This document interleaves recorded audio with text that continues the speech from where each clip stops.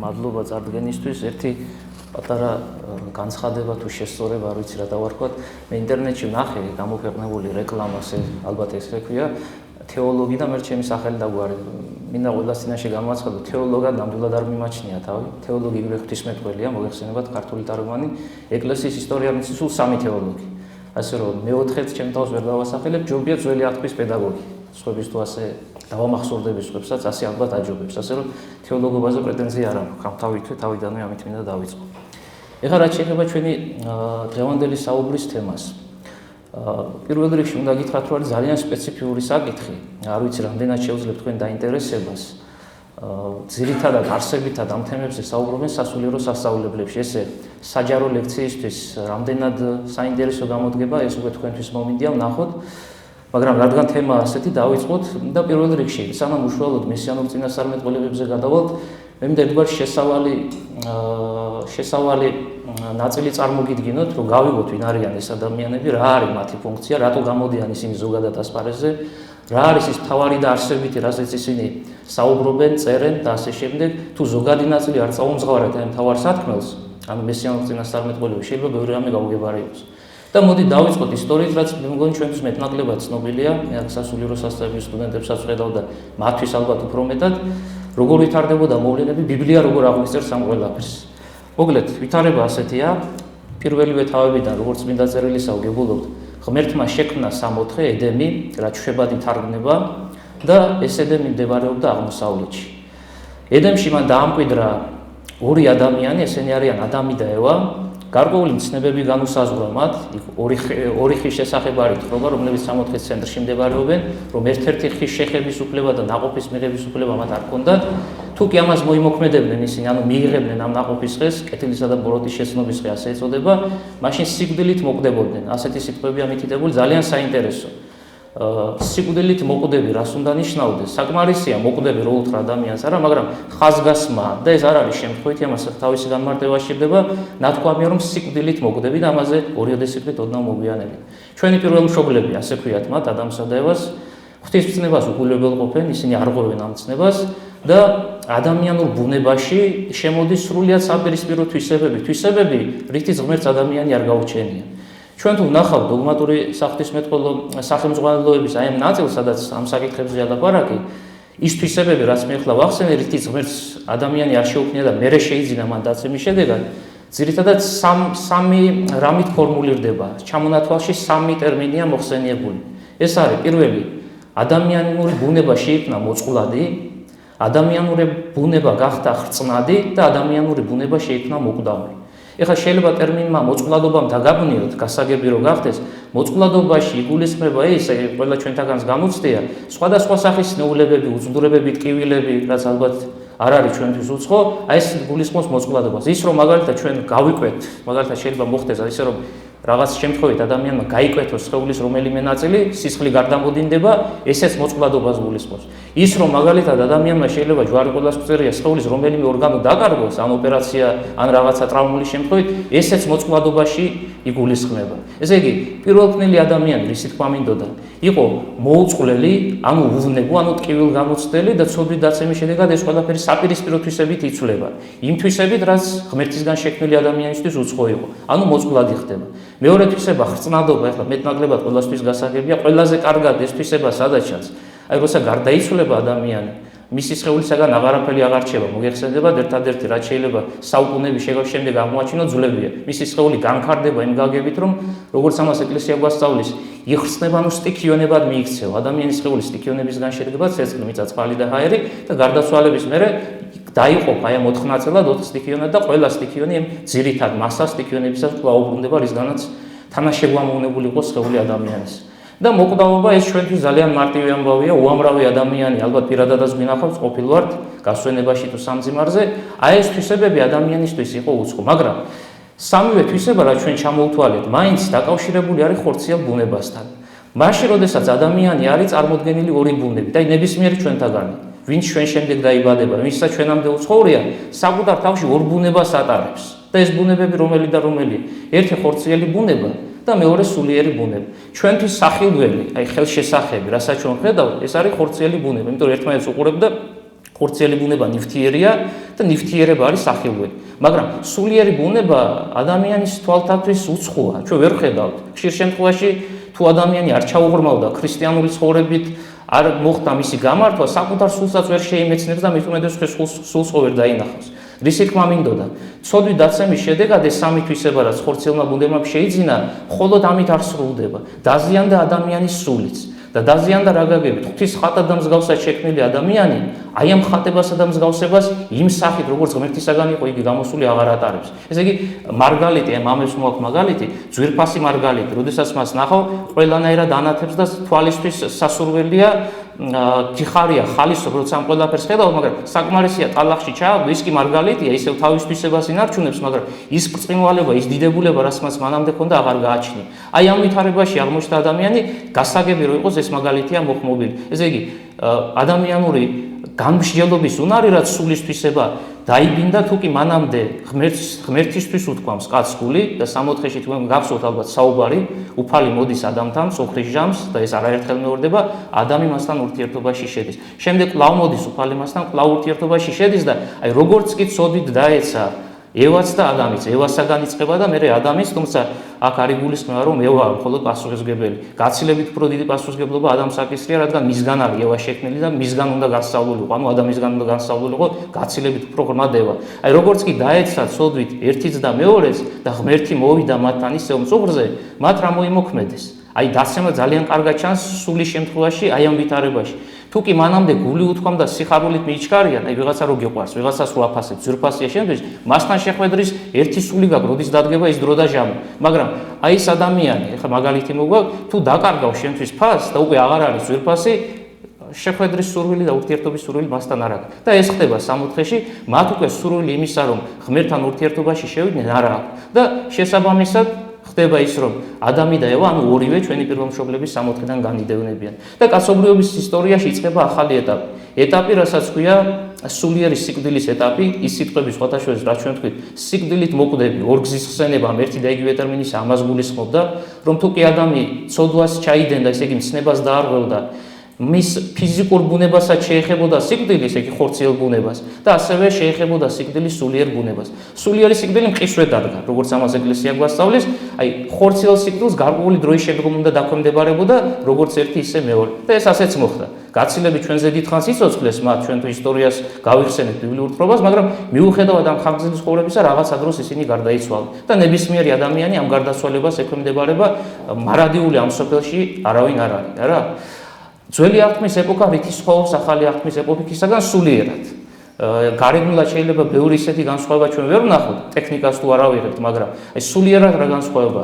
სულიერად განსხვავება მდგომარეობს იმაში, რომ გარდაცვალების შემდეგ ძველი აღთქმის ეპოქაში უკლებლივ ყველა ადამიანი მიემართებოდა ჯოჯოხეთში. როგორი მოღვაწეც არ უნდა ყოფილიყო იგი და მე ახლა გიხსენებთ რამდენიმე ადამიანს, ყველაზე უფრო გამორჩეულებს და ალბათ ცნობილებს, მამამთავარი აბრაამი. ადამიანი, რომელმაც სიწმინდით წვერვალს მიაღწია და აბრაამის წიაღი სასუფეველი ასე ეწოდება. ერთი ადამიანის სახელი ქვია იმ ადგილს, სადაც წმინდანები არიან შემოკრებულები. ეს ადამიანიც კი გარდაცვალების მერე ჯოჯოხეთში წავიდა. და რატო? სასუფეველის კარები დახურულია. არავის თავით თვისით საკუთარი შესაძლებლობების ცხონება არ ხელეწიფება. მაგალითად წინასწარმეტყველი მოსე. და მოსეზე რა არის ბიბლიაში ნათქვამი? როდესაც ის სინასპრაზე არის და უფალთან შედის ურთიერთობაში, იმხელა სიწმინდის მიმღები ხდება, ჯერ ერთი ისეთი სიღრმეები ჭრեց უზენაეს, რომ თიდან გარდამოსულის გარეგნობა როგორია, მისი პირისახი ანათებს და რიდე ექნა ჩამოსაფარებელი ისეთი უცხო სახილველი იყო ადამიანებისთვის, მხოლოდ ლოცვის დროს იხსნიდა, როგორც ამას ბიბლია გვაუწყებს, ადამიანებს რო არ ენახათ მისი მდგომარეობა, ფიზიკურადაც გაბრწყინდა ეს ადამიანი. გარდაიცვალა და ჯოჯოხეთში წავიდა, ასე ასწავლის ეკლესია. ესე იგი, ვითარება ასეთია ძველ აღთქმაში. ყველა, ვინც კი გარდაიცვლება, დაქვემდებარებული არის სულიერ სიკვდილსაც და სულიერი სიკვდილი ეს არის წარწმედა ადამიანისა და ჯოჯოხეთი მოგეხსენებათ, რომ წარსაწმედელს ქვია. რამდენიმე ტერმინი შეგვიძლია ჩვენ გამოვიყენოთ, სინონიმები, ჯოჯოხეთი, წარსაწმედელი, მარადიული წარწმედა და ასე შემდეგ. ბევრის მოხმობა შეიძლება. აი ეს ვითარებაა ძველ აღთქმაში. ესე იგი, მიუხედავად იმისა, რომ ადამიანი დაეცა და ეს პიროვნული არჩევანია მის, ჩვენ ვერ დავაბრალებთ, ვერ ვიტყვით იმას ღმერთზე, რომ ის რატო არ ჩაერია მარტივი მიზეზის გამო. თავის ხატად და მსგავსად შექმნა, თავისუფალი ნება უბოძა და შესაბამისად ამ არჩევანში ის არ ერევა. ის რო ჩარეულიყო ადამიანის არჩევანში, ესე იგი უფალი რო ჩარეულიყო არჩევანში ადამიანისა, გამოვიდა რომ ადამიანი არის დაპროგრამებული არსება, რასაც უფალი ეუბნება, ის უნდა შეასრულოს. პირიქით, გაცილებით დიდი ღირსება უბოძა მან ადამიანს, და ეს ღირსება ადამიანმა ვერ გამოიყენა. კაცი პატივსაშინა იყო, ასეთ სიტყვებს ამბობს დავით მეფსალმონი და ბაძვი და იგი პირუტყვთა უგუნურთა და მიემსგავსა მას. ესე იგი, პირველ რიგში აი ამ პირველ მშობლებზეა ნათქვამი და მე ნებისმიერ ჩვენთაგანზე, ჩვენც მათდაყვალათა ვართ შედგომილები. ყველა ჩვენი ყოველდღიური ცხოვრება და ცოდვა, რასაც ვირჩევთ ხშირ შემთხვევაში, გამეორებაა იმ ვითარებისა, რაშიც იმყოფებოდა ადამიან ევა, ან ერთი, ან მეორე.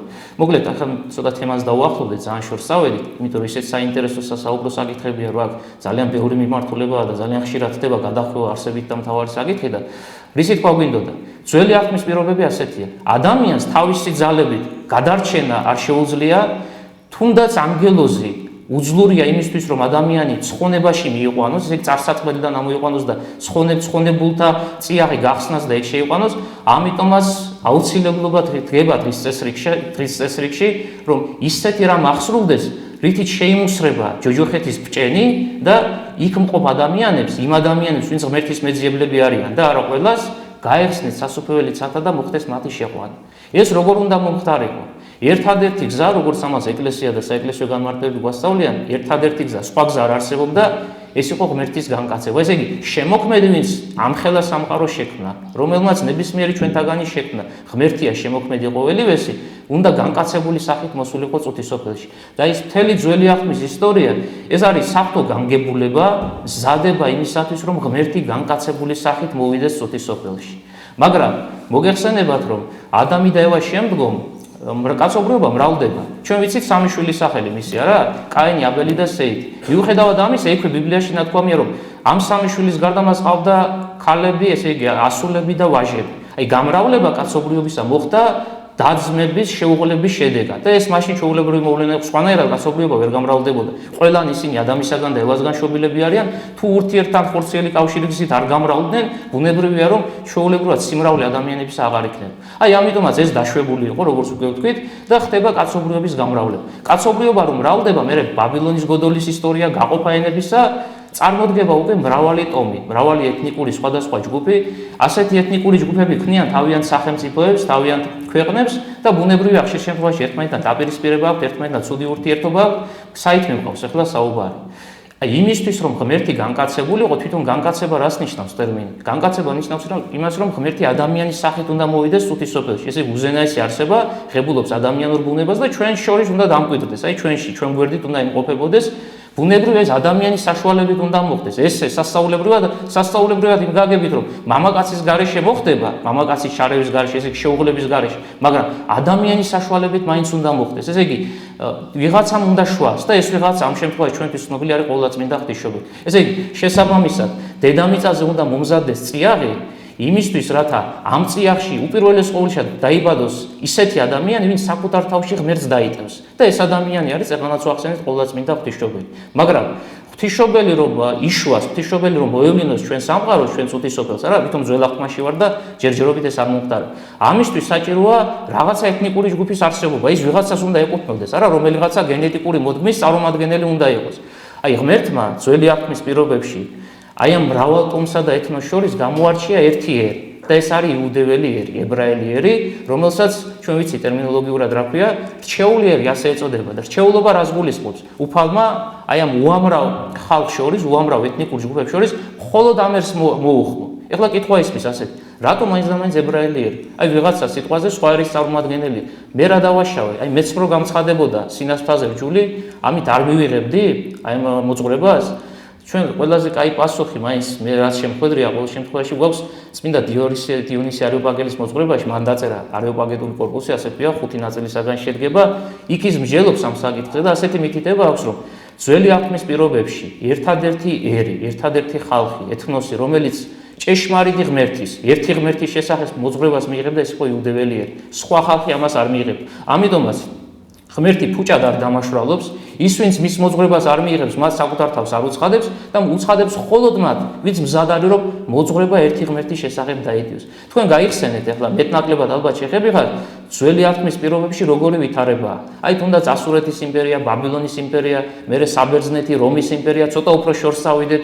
ვითარება ასეთია. ერთ სამეფოში, განსაკუთრებით დედაქალაქში ხდებოდა ეს ყველაზე გამორჩეული მსახურებები, რამდენიმე ღმერთი არსებობს. უმაღლესი ღმერთები, მათზე დაქვემდებარებული მეორე ხარისხოვანი ღმერთები, მესამე ხარისხოვანი ღმერთები, ამ ღმერთებს საკუთარი ძეები ყავთ, ასულები ყავთ, ბერძნული მითოლოგია ყველასთვის მეტნაკლებად ცნობილი ალბათ. რაღაცა აი აბლაბუდას ქსელია გამული ვერ გაიგებ, რომელი ღმერთი სად არის და რომელ ღმერთს უნდა მიმართო რაღაცა კონკრეტულ ვითარებაში. ესე იგი, რისი თქმა მინდა, შეხედულება, მსოფლმხედველობა ძველი აღთქმის ადამიანს არის პოლითეისტური, ანუ მრავალღმერთიანობას აღიარებს ის. მისთვის მოძღვრება ერთი ღმერთის შესახებ, რომ მიხვედი შენ ვიღაცასთან, მაგალითად იმ ეპოქაში ვცხოვრობ და უთხარი რომ სინამდვილეში ასე კი არ არის. აი თქვენ რომ მიგაჩნიათ უამრავი ღმერთია და შვილები ყავთ და ასე შქორწინდებიან და განქორწინებიან, ასეთი ვითარება კი არა, ღმერთი ერთია და ამ ერთმა ღმერთმა შექმნა სამყარო, ისინი ამ მოძღვრებას არ მიიღებენ. არ მიიღებენ, იმიტომ რომ გაუკუღმართებული ცნობიერება მათთვის გაუგებარია, როგორ შეიძლება ღმერთი მხოლოდ ერთი იყოს.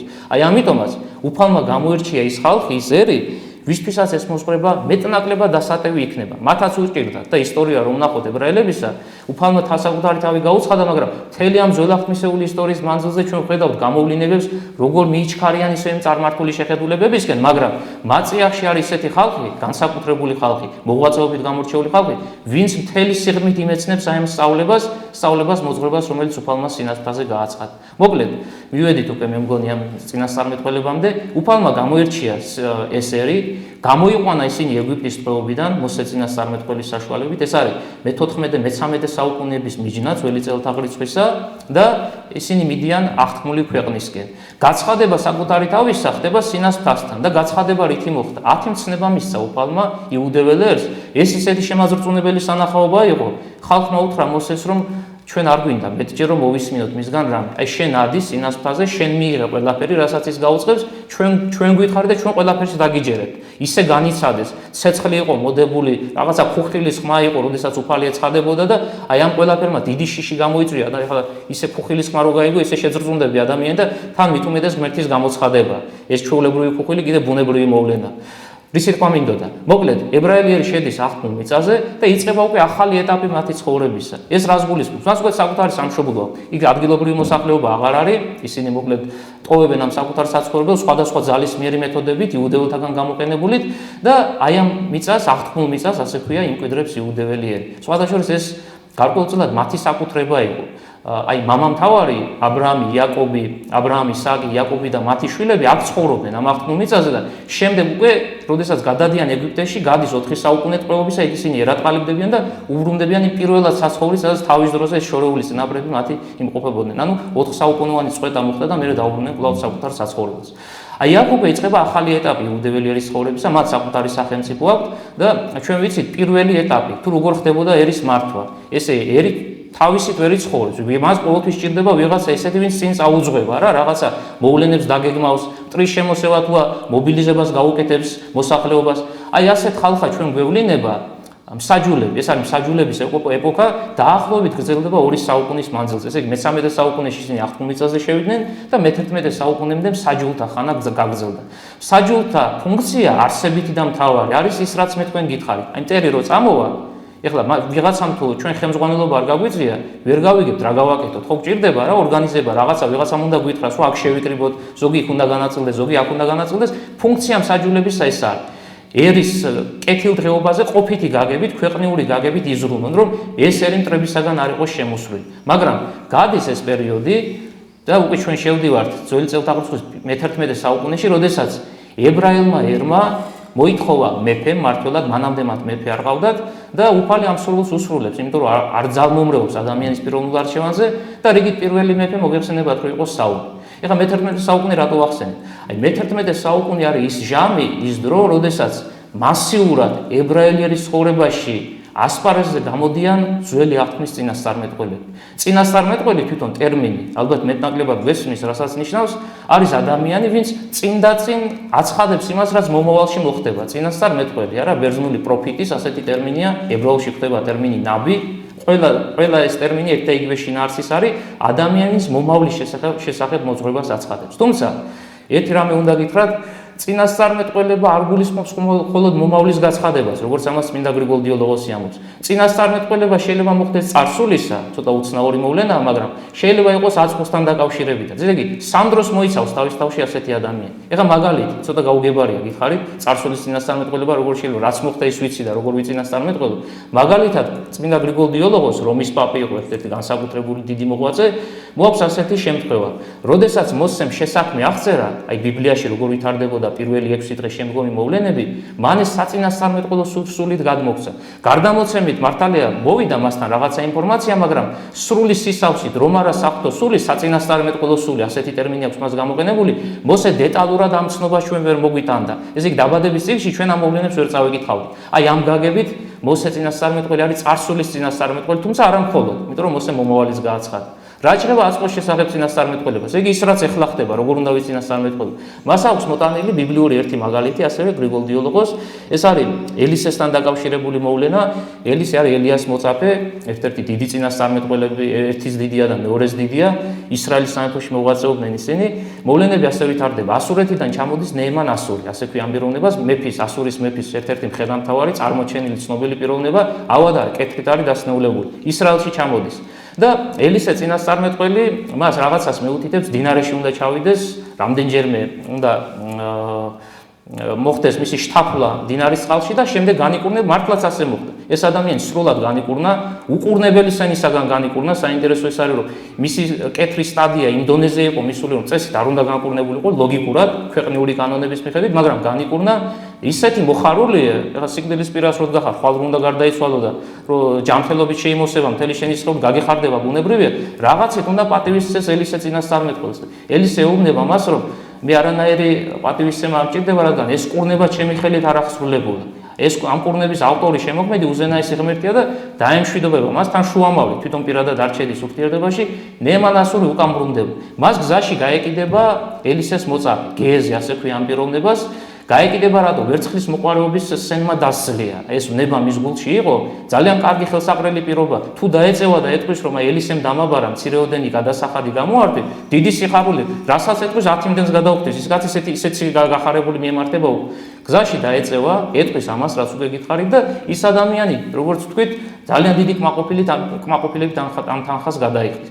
უკან ბრუნდება გეეზი ელისესთან, იმიტომ რომ მისი მოწაფეა მასთან უნდა მიდის, გზაში ამ თანხას გადამალავს, იმიტომ რომ მოძღვარს ვერ ეტყვის ამას, რომ თანხა გამოართვა, მოძღვარი უარზე იყო. აი, როდეს როგორც კი ელისესა და გეეზის შეხვედრა მოხდება, ელისე შეხედავს თუ არა, მაშინვე ეტყვის იმ მოვლენებს, რაც გეეზმა ჩაიდინა და აი გრიგოლ დიოლოგოსი ამბობს, რომ ელისემ აწმყოში განჭვრიტა ის, რაც წინასწარმეტყველების სახით გამოთქვეს, იქ ფიზიკურად არ იმყოფებოდა, საკუთარი თვალით არ უნახავს, მაგრამ საწინასწარმეტყველო სულმა შეაძლებინა დაენახა თუ რა გააკეთა, რა ჩაიდინა მისმა მოწაფემ. ესე იგი, ვისი თქვა მინდოდა, ცოტა გამიგრძელდა ისევ სიტყვა, არსებობს წინასწარმეტყველება, რაც თავის თავში სამ დროს მოიცავს. ყველა დროს, რაც ჩვენთვის ცნობილია, წარსული, აწმყო და მომავალი. ეხლა მოდით წინასწარმეტყველებზე ვთქვათ ორიოდე სიტყვა. ჩვენ თუ ვნახავთ შესაბამის განმარტებებს და ბიბლიურ ტექსტს შევაჯამებთ ერთმანეთს, გამოდის ასეთი დასკვნა. ძველი აღთქმის წინასწარმეტყველები იყოფიან ორ ნაწილად. ესენი არიან პირველი სეპირსიტყვიერად გადაგებელი წინასწარმეტყველები და მეორე ნაწილი წერილობით მოძღვრების ჩამომყალიბებელი წინასწარმეტყველები. ესე პირობითად ასე ვთქვით, წერალი წინასწარმეტყველები.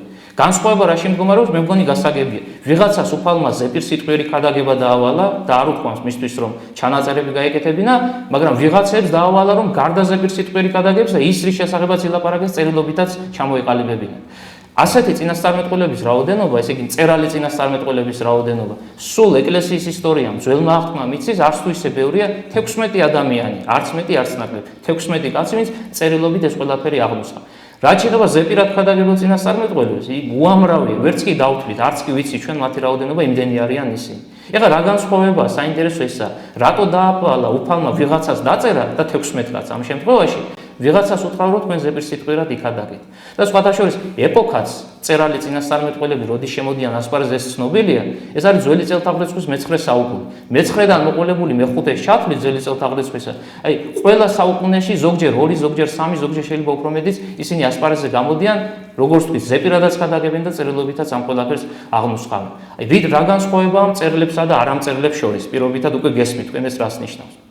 საეკლესიო განმარტებების მიხედვით, აი მამების კომენტარები რომ ნახოთ, განსხვავება მდგომარეობს იმაში, რომ წერალმა წინასწარმეტყველებმა მესიანური მოძღვრებები მთელი სისავსით და სიღრმით გააცხადეს. არა მწერალი, ესე იგი ზეპირსიტყვიერად ქადაგებელი მოღვაწეების ფუნქცია არ არის მესიანური მოძღვრებების გამოთქმა. იმათ სხვა რამე ევალები, და რა ევალები? ძალიან კარგად ჩანს ელია და ელისე ვახსენეთ მათ მაგალითზე. რა დაემართება ისრაელის სამეფოს, რომ დადგება ჟანრი, როდესაც ასურელები დაიპყრობენ ისრაელს. რა დაემართება იუდეის სამეფოს, რომ მასში არსებული გაუკუღმართების გამო, სასულიერო პირების უკეთურების გამო იუდეის სამეფო დაეცემა და ბაბილონის იმპერია იქნება დამპყრობელი ამ ქვეყნისა. რა დაემართება მეზობელ სახელმწიფო, ესე იგი, მათი წინასწარმეტყველებები ყოფით მოვლენებს უკავშირდება. ყოფითი მოვლენების იქით თუ შეიძლება ასე ითქვას არ მიდის. მაგრამ აი როგორც კი ასპარეზზე გამოვიდა პირველი მწერალი წინასწარმეტყველი და ეს არის იონა, ქრონოლოგია ჩვენ რო გადავთვალოთ ახლა მე-9 საუკუნის მეორე ნახევარში დასასრულს, პირველი ვინც გამოჩნდა მწერალთა შორის გახლავთ წინასწარმეტყველი იონა, მისი ისტორია მეტნაკლებად მე მგონი ყველასთვის ჩვენთვის ცნობილია. აი მის სიკში ისეთი მოვლენები აღიწერა, რაც თავად უფალმა წარმოგვიდგინა როგორც წინასახე მისი გარდაცვალებისა და მესამე დღეს მკვეთრით აღდგომის შესახებ მოძღვრებისა. და ამ თემას ალბათ იმედია ჩვენ მოვასწრებთ და შევეხებით. ძალიან დიდი დრო თუ არ დავუკარგეთ ამ მსჯელობაში. ასე რომ ეს 16 წინასწარმეტყველი, მოდით ესეც ავთქვათ, ორ ნაწილად განიყოფება. დიდი და მცირე წინასწარმეტყველები, დიდნი არიან 4 ადამიანი, ესაია, იერემია, ეზეკიელი, დანიელი და დანარჩენი 12 სახელებს აღარ გეტყვით. ეხლა ცოტა ესეთი სახელებია შეიძლება ალბათ ვერც დაიმახსოვროთ და დაიბნევით. დანარჩენი 12 არის მათ ეწოდება მცირე წინასწარმეტყველები. თვითონ ეს ტერმინები რამ განსაზღვრა? დიდი და მცირე. დიდი ეწოდა იმათ, ვინც დიდი მოცულობის წიგნები დაწერა. ჩვენ რომ ვნახოთ ახლა ისაიას წიგნი 66 თავს მოიცავს. ყველაზე დიდი წიგნია ბიბლიაში, წმინდა ძველ და ახალ აღთქმაში. მცირე წინასწარმეტყველი მაგალითისთვის აბდია, სულ ერთი თავია. მაგალითად დიდი წინასწარმეტყველი იერემია, მისი წიგნი შედგება 52 თავისაგან. აქეთ ავიღოთ მაგალითად წინასწარმეტყველი იონა, თუნდაც ვინც ვახსენეთ 4 თავი. წინასწარმეტყველი ეზეკიელი 39 თავი, აქეთ ავიღოთ მაგალითად წინასწარმეტყველი ამბაკუმი პირობითად 3 თავი. ან ძალიან კარგად ჩანს ის განსხვავება, რაც აი ამ ორ მხარეს ყოფ წინასწარმეტყველებს შორის არის. და მეორე განსხვავება, რატო დიდი და რატო მცირე? ის ვინც გაცილებით დიდი სიღრმეებით გამოთქვა მესიანური წინასწარმეტყველებები, ორივესთან ხდება, მაგრამ ვინც უფრო სიღრმისეულად გამოთქვა, მას ეკლესიამ ეს ტერმინი დიდი წინასწარმეტყველი განუწესა. მოდით ახლა გადავიდეთ თვითონ ამ თემაზე, რა წინასწარმეტყველებები ხდება ჩვენ ძველი აღთქმის წიგნებში, ეს მესიანური მოძღვრებები და პირველი ბუნებრივია ყველას ვერ შევეხებით, იმდენით ჯერ გამოთქმულა და ისეთი ფორმებით გამოთქმულა, რომ ამის განხილვა მით უმეტეს ასე ერთი შეხვედრით შეუძლებელია და თან ამას სჭირდება გარკვეულწილად მომზადებული აუდიტორია, კარგად გამიგეთ მომზადებულში რას გულისხმობ, რაღაცა მეტნაკლებად თეოლოგიური ეტაპები უნდა კონდეს ადამიანს გადალახული, რომ ტერმინებია, ბერძნულია, ებრაულია, შედარება უნდა შეძლოს, რომ შინაარსი გასაგები გახდეს და სხვათა შორის ერთი რამეს დავამატოთ, სანამ ამ გადავალთ თავარ ნაწილს. საწინასწარმეტყველო წიგნებში გამოცემული მოძღვრება, თქვენ თუ ქონიათ როდესმე შეხება, კითხულობ და ვერაფერს ვერ გებულობ.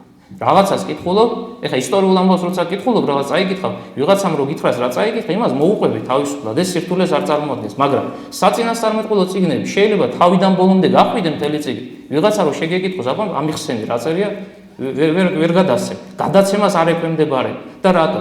საიდუმლო სახით არის მასში გადმოცემული მოძღვრება ღმერთის შესახებ, ღმერთის განკაცების შესახებ. ეს იდუმალებაც შეგნებულად კეთდებოდა. წმინდა კირილე ალექსანდრიელს აქვს განმარტება ამასთან დაკავშირებით, რატო ხდება, რატო ასეთი რთული, ყველაზე რთული ნაწილია ძველი აღთქმის წიგნებში საწინასწარმეტყველო წიგნი. რატო ასეთი სირთულის, ასეთი ბუნდოვანი, ასეთი გაუგებარი, თან მოვლენები როგორ არის იცით? თანმიმდევრობა ხომ უნდა იყოს წესით დაცული, არა? მაგალითად, თანმიმდევრობაში რას გულისხმობ? ეხლა ჩვენი თხრობა მიმდინარეობს, ჩვენი შეხვედრა, შემდეგ დასრულდება, შემდეგ ჩვენ სახლებში დავიშლებით, თანმიმდევრობა ასეთია. მაგრამ ამ წიგნებში როგორ არის მოვლენა? ის რაც წინ უნდა მოხდეს, უკან არის გადატანილი, რაც მოგვიანებით უნდა მოხდეს, ის წინ არის, აი ქრონოლოგია, თანმიმდევრობა მოვლენებისა, მოკლედ არასწორად არის დალაგებული და რატო კეთდებოდა? თავარი არსებითი კითხვის და პასუხის გაცემა ამ მოვლენაზე. წმინდა კირილე ალექსანდრიელი ამბობს, რომ პირველ რიგში დემონი რო ყოფილიყო შეცდომაში შეყვანილი. ესე იგი უკეთურ ძალას, რომელიც როგორც პეტრე მოციქული ამბობს, დააწრწის და როგორც დომი ისე მიმოედება ამ სამყაროს, რო შთანთქას ადამიანი, არა? აი მას რომ რაიმე ცოდნა არ მიეღო ამ წიგნებიდან, რა ცოდნა არ უნდა მიეღო, კაცობრიობის გამოხსნა როგორ მოხდება. ის ამის მტერია, ადამიანის მტერია ზოგადად და მით უმეტეს, როდესაც მეტნაკლებად რაღაცა შორეულად აი როგორ ბინდში რო ხედავ რაღაცა, აი ვერც კი არჩევ ბოლომდე რაღაც მოვლენას, აი დაახლოებით ასეთი წარმოდგენა აქვს იმის შესახებ, რომ ადამიანს ღმერთი გამოიხსნის, მაგრამ აი ეს საიდუმლო რო არ ამოხსნას ბოლომდე, რო არ შეიმეცნოს, ამიტომაც ხდება შეფარვა, შენიღმა მესიანური სწავლებების. და მეორე მხარე, თვითონ ეს ხადაგებლები, რომლებიც ხალხთან შედიან ურთიერთობაში და ამას ხმამაღლა ამბობენ საზოგადოების წინაშე არა, თუ კი ისინი პირდაპირ იტყოდნენ, რომ აი ებრაელებს ეტყოდნენ, რომ დადგება დრო, როდესაც ღმერთი განკაცდება ადამიანის სახით, ეს გაუგებარი იქნებოდა. ნებისმიერ რიგით იუდეველისთვის ეს იქნება რას ნიშნავს ღმერთი განკაცებული სახით. როგორ შეიძლება ღმერთი ეს ჩვენთვის ეხლა დღევანდელი გადმოსახედიდან მეტნაკლებად ადვილი გასაგებია, მაგრამ იმ ეპოქაში ღმერთის განკაცება ეს ყოველად გაუგებარი მოვლენა. მაგრამ სწორედ ამიტომ ხდება. თუკიო წმინდა იოანე ოქროპირის აქვს ერთი გადაგება, მოხდებოდა ისე რომ პირდაპირ იქნებოდა სათქმელი ნათქვამი, აი ეს მესიანური მოძღვრები გაცხადებული, ღმერთი რომ უნდა განკაცდეს, ადგილზე ჩაკოლავდნენ წინასწარმეტყველებს. ამიტომ ღმერთი უფრთხილდება საკუთარ მოღვაწეებს, რომ მათ შეძლონ საქმის კეთება ამას სოფელში და ხდება შენიღბა ამ სწავლებების. ესე იგი რამდენიმე მიზეზი, ერთი ამ შემთხვევაში უკეთურ ძალას უკავშირდება, მეორე ადამიანებთან დაკავშირებულ მოვლენებს, აი ეს ორი მხარე უნდა დავინახოთ აი ამ სირთულეში საწინასწარმეტყველო წიგნების მოძღვრებისა. თვითონ აცნობიერებდნენ თუ არა, ორი სიტყვა ამაზე ვთქვათ, იმიტომ რომ რო წაიკითხავ ამას, შეიძლება იფიქრო, რომ ვერც თვითონ ვერ გებულობს რაზე ლაპარაკობს. რაღაც რო გებულობს ადამიანის მარტივად გადმოგცემს, რაღაცა რო იცი, იმის გადაცემა რთული არ არის და სხვას გიგებს, რაც შენ იცი იმ საკითხზე როცა ელაპარაკებ. რა თქმა უნდა იცოდნენ, ეკლესიის სწავლება რომ უკლებლი ბოლომდე იცოდნენ, როდესაც ისაიამ თქვა, აჰა მიუდგეს ქალწული, შვეზზე დაუწოდიან სახელი მის ემანუელ, მან იცოდა რომ ღმერთი უნდა განკაცებულიყო. ეს შემეცნება სრულად ჰქონდა მას მიღებული და რატო? იმიტომ რომ ის წინასწარმეტყველებს იმას რაც უფალმა გაუცხადა მას. ჯერ თვითონ იმეცნებს, როგორც მოძღვარი, შეიძლება მოძღვარი იყოს ადამიანის თვითონ არ იცის რაღაცა, რასაც სხვას ასწავლის, არა? დღევანდელ დღეზე გადმოვიდა სასულიერო პირი, ვინც ქრისტიანობა რა არის თვითონ არ იცის, როგორ უნდა იცხოვროს ქრისტიანულად თვითონ არ იცის და მოვიდა და ჩვენ გვასწავლის, ხო წარმოუდგენელია. ასეთი რამე შეუძლებელია მოხდეს. აი ზუსტად ასევე ხდება მათთან მიმართებით. ისინი ჯერ თვითონ იმეცნებენ, ღმერთი რაღაცას რო უცხადებს და ეს სულიერ სამყაროში ხდება. ეს არის იდუმალებით მოსული პროცესი, ამას ჩვენ ვერასოდეს ვერ ჩავწდებით. ამ ორ მხარეს შორის, ესე იგი ღმერთსა და ადამიანს შორის რა ხდებოდა? რაღაცა საოცრებები ხდება. ამის ნათელი დასტურია თუნდაც იეზეკიელის წიგნი, პირველი, მეორე, მესამე თავები, ყველაზე აღმატებული გამოცხადება უზენაესა, როდესაც იეზეკიელმა ოთხსახოვანი ქერუბი მიიხილა. ერთი არსების თავზე ადამიანის ლომის, ხარის და არწივის სახეა. ოთხ მხარეს იმზირება ეს ოთხი სახე შეძრწუნდა წინასწარმეტყველი, ასეთი რამე კაციშვილს არ ენახა მანამდე და არც მერე აპოკალიფსში აღწერილი იოანე ღვთისმეტყველის. რისი თქმა მინდოდ, ეს არის იდუმალებით მოცული მოვლენა, რომლის არ შეცდომა ჩვენ ძალიან გაგვიჭირდება და ჩვენთვის შეუძლებელიც გია, შეიძლება ასე ითქვას. აი ამიტომაც ეს ადამიანები თვითონ ამ ყველაფერს იმეცნებენ, თვითონ განისწავლებიან და განსწავლოს, ანუ იმას რაც იციან, შემდეგ სხვებს აუწყებენ. მოდით ახლა გადავიდეთ მაშინ მთავარზე. რამდენიმე წინასწარმეტყველება იქნებ მოვასწროთ და განვიხილოთ. რახან ასე ქვია ჩვენს თემას მესიანური წინასწარმეტყველებები ძველი აღთქმისა, სად ხდება პირველი მოძღვრება, პირველი მესიანური წინასწარმეტყველება რომელი? ჩვენ თუ ბიბლიის მესამე თავს წავიკითხავთ, იქ მოვლენები ასე განვითარდა. პირველ მშობლებმა შეცოდება შედეგად მოყვება ის, რომ მათ უეჭველად აუცილებლად 60 უნდა დატოვონ, იქ მათი ცხოვრება არ შეიძლება. თვითონ აირჩიეს ასე და იმიტომ, არა იმიტომ, რომ ღმერთი ძალადობს მასზე, ასეთია მათი არჩევანი. სიცოცხლის ხესთან შეხება არ უნდა მოხდეს მათი და მათ არ აქვს უბრალოდ სურვილი, რომ სიცოცხლის ხეს ნაყოფი დააგემოვნონ. სიცოცხლის ხე, როგორც ამას მამები განგვიმარტავენ, თავად უფალი ღმერთია. ჩვენ ბიბლია არა მხოლოდ პირდაპირ უნდა გვესმოდეს, არამედ გადატანითი მნიშვნელობითაც უნდა ვგებულობდეთ შინაარს მისგან. ეს სხვა თემაა, ეხლა ძალიან ესეთი სიღრმისეული სასაუბრო თემაა და შეიძლება ძალიან დიდი დრო წაგვართოს, ამიტომ ამ მხარეს შევეშვათ ამ ნაწილს. ესე იგი, რა არის აღწერილი მესამე თავში? ღმერთი განუსაზღვრავს ადამიანსა და ევას, რომ მათ 60 უნდა დატოვონ. და იქ მითითებულია ადამიანს რაში, რომ გველი დაიწყევლა, მიწაზე უნდა იხოხოს, ასეთი მითითება გახსოვთ ალბათ. ევა დაიწყევლა და წყევლის არცირაში მდგომარეობდა. ტკივილებით შობდა საკუთარ შვილებს, ამავდროულად დაქვემდებარებული იქნებოდა საკუთარ ქმარზე და ადამიანს ეძლევა მითითება, რომ საკუთარი ოფლით მოიპოვებს პურს არსობისას, არა? აი ამის შემდეგ უკვე პირველ წინასწარმეტყველებას მესიანურ 60-ის ბაღში თავად უფალი აცხადებს და რას გულისხმობდა? ერთი წინადადებაა, სულ ძალიან მოკლე ფრაზა, დადგება დრო, როდესაც დედაკაცისაგან შობილი, პერიფრაზი ხა თანამედროვე ქართულზე, როდესაც დედაკაცისაგან შობილი გველს თავს გაუსრეს, ასეთი სიტყვები წერია, ხოლო გველი მას, ესე იგი დედაკაცისგან შობილს, თესლი დედაკაცისა ძველი ქართული ასე გადმოცემული, ქუს დაუგესლავს. ამით დასრულდა და ჩვენმა პირველ მშობლებმა 60 დატოვეს და ახალი ცხოვრება იწყება 60-ის გარეთ. აი პირველი მესიანური წინასწარმეტყველება თავად უფალმა ღმერთმა გააჟღერა და როგორც უკვე გითხარით, ეს არის ის სიტყვები, რაც ეხლა ჩვენ ვახსენეთ. მაგრამ როგორ უნდა გაიგებოდეს, რას ნიშნავს ეს ყველაფერი? მოდით ახლა მივყვეთ ძალიან მოკლე დროს წაგართმევთ და მე სხვა ნაწილზე გადავალთ, ვინ არის დედაკაცი და ვინ არის მისგან შობილი. დედაკაცი არის საეკლესიო განმარტებები, რომ ნახოთ ყოვლადწმინდა ღვთისმშობელი. მისგან შობილი ბუნებრივია. აქ ძალიან ცივი ღრმა განმარტებები ამას არ ჭირდება ლოგიკურად რომ მომყვეთ ეხლა მსჯელობაში თქვენ თვითონ გამცემთ პასუხებს. მისგან შობილი ვინ უნდა იყოს? რა თქმა უნდა, განკაცებული ღმერთი მაცხოვარი არის სამების მეორე ჰიპოსტაზი, რომელმაც მიიღო ადამიანური ბუნება და წუთისოფელში მოვიდა. და სწორედ ის, ესე იგი, დედაკაცისაგან შობილი გველს თავს გაუსრეს. გველი ვინ არის? გველი არის ის არსება, რომელმაც დიდწილად შეუწყო ხელი ადამიანის დაცემას. მართალია ადამიანს თავის პიროვნული ნება ჰქონდა, მაგრამ გარეგანი ფაქტორი მისგან მოდის. მაცდუნებელი ამ შემთხვევაში გველია, დასაბამიერი გველი, როგორც ამას ეკლესია უწოდებს, არა პირდაპირი გაგებით უსულო არსება ის გველი, რომელიც დახოხავს დღეს ჩვენ რაც ვიცით, არამედ სატანა, დემონი, დაცემული სული, რომელმაც აცდუნა ადამიანს, სიძულვილის გზით აცდუნა ადამიანს. ესე იგი, მას შეემუსრება თავი, ეს მითითება, მაგრამ ამაზე მოვლენები არ ჩერდება. თავად ეს გველი, თავშემოსვლილი გველი, მას, ესე იგი, დედაკაცისაგან შობილს ქუსლს დაუგესტავს. ასეთი მითითება უკეთ დასასრულ ნაწილში, არა? ქუსლის დაგესვლა რას ნიშნავს? ჩვენ რომ ნახოთ საეკლესიო ლიტერატურა, განმარტებები, იმდენი მოსაზრებაა გამოთქმული, აი ამ ერთ მოხსეთა მე რაც გითხარით, თან განსხვავებული მოსაზრებები, თუმცა ეს განსხვავებულობა არ ნიშნავს ერთმანეთთან დაპირისპირებას. ეს განსხვავებულობა პირიქით, ისინი ერთმანეთს ავსებენ, ეკლესიის მამები როცა განსხვავებულად განმარტავენ და ეს არის ერთი სრული სისავსე საეკლესიო მოძღვრებისა. მაგრამ მე ამ ყველა მოვლენას არ შევეხებ, ერთი რაღაცის თქმა მინდა. ქუსლის დაგესვლა ერთ-ერთი კომენტარისტთან თანახმად ასე განიმარტება. ქუსლი როგორც სხეულის დამაბოლოებელი ნაწილი ადამიანი არა და ქუსლით ბოლოვდება ადამიანის სხეული. მიანიშნებს ჟამთა აღსასრულს, ესე იგი იმაზე, თუ როდის მოხდება მაცხოვრის განკაცება. ჟამთა აღსასრულში რა იგულისხმება? აი ძველი აღთქმა როდესაც დასრულდება, სწორედ მაშინ მოხდება ღმერთის ადამიანის სახით მოვლენება წუთისოფელში. ეხლა აქ ესმის კითხვა. ამ საკითხთან კავშირშია და აქედან გამომდინარე. რატო მაინც და მაინც პირველ საუკუნეში მოხდა განკაცება, როგორც ამას აი ბიბლიური მუხლი მიგვიტირებს, ჟამთა აღსასრული. რატო მაინც და მაინც პირველი და არა მაშინვე? თუნდაც აი ადამი როცა გამოიდევნა 60-დან, ან ძველი წელთაღრიცხვის მე-20 საუკუნე, ან მე-10 საუკუნე. რატო მაინც და მაინც პირველი საუკუნე? საეკლესიო სწავლების თანახმად ღმერთი განკაცდა მაშინ, როდესაც და ამას უკლებლივ ყველა სახელმძღვანელოში ნახავთ თქვენ, რაც ნებისმიერ რაენოვანიც არ უნდა იყოს, ღმერთი განკაცდა მაშინ, როდესაც ყველა სახის ცოდვა წარმოაჩინა კაცობრიობა. აი, როდესაც ბოროტებამ მთელი სისავსი თავისი თავი გამოავლინა, ღმერთის განკაცება მაშინ მოხდა. ბოროტების მთელი სისავსით გამოვლენა რას გულისხმობს? იმას, რაც რითიც მე დავიწყე საუბარი.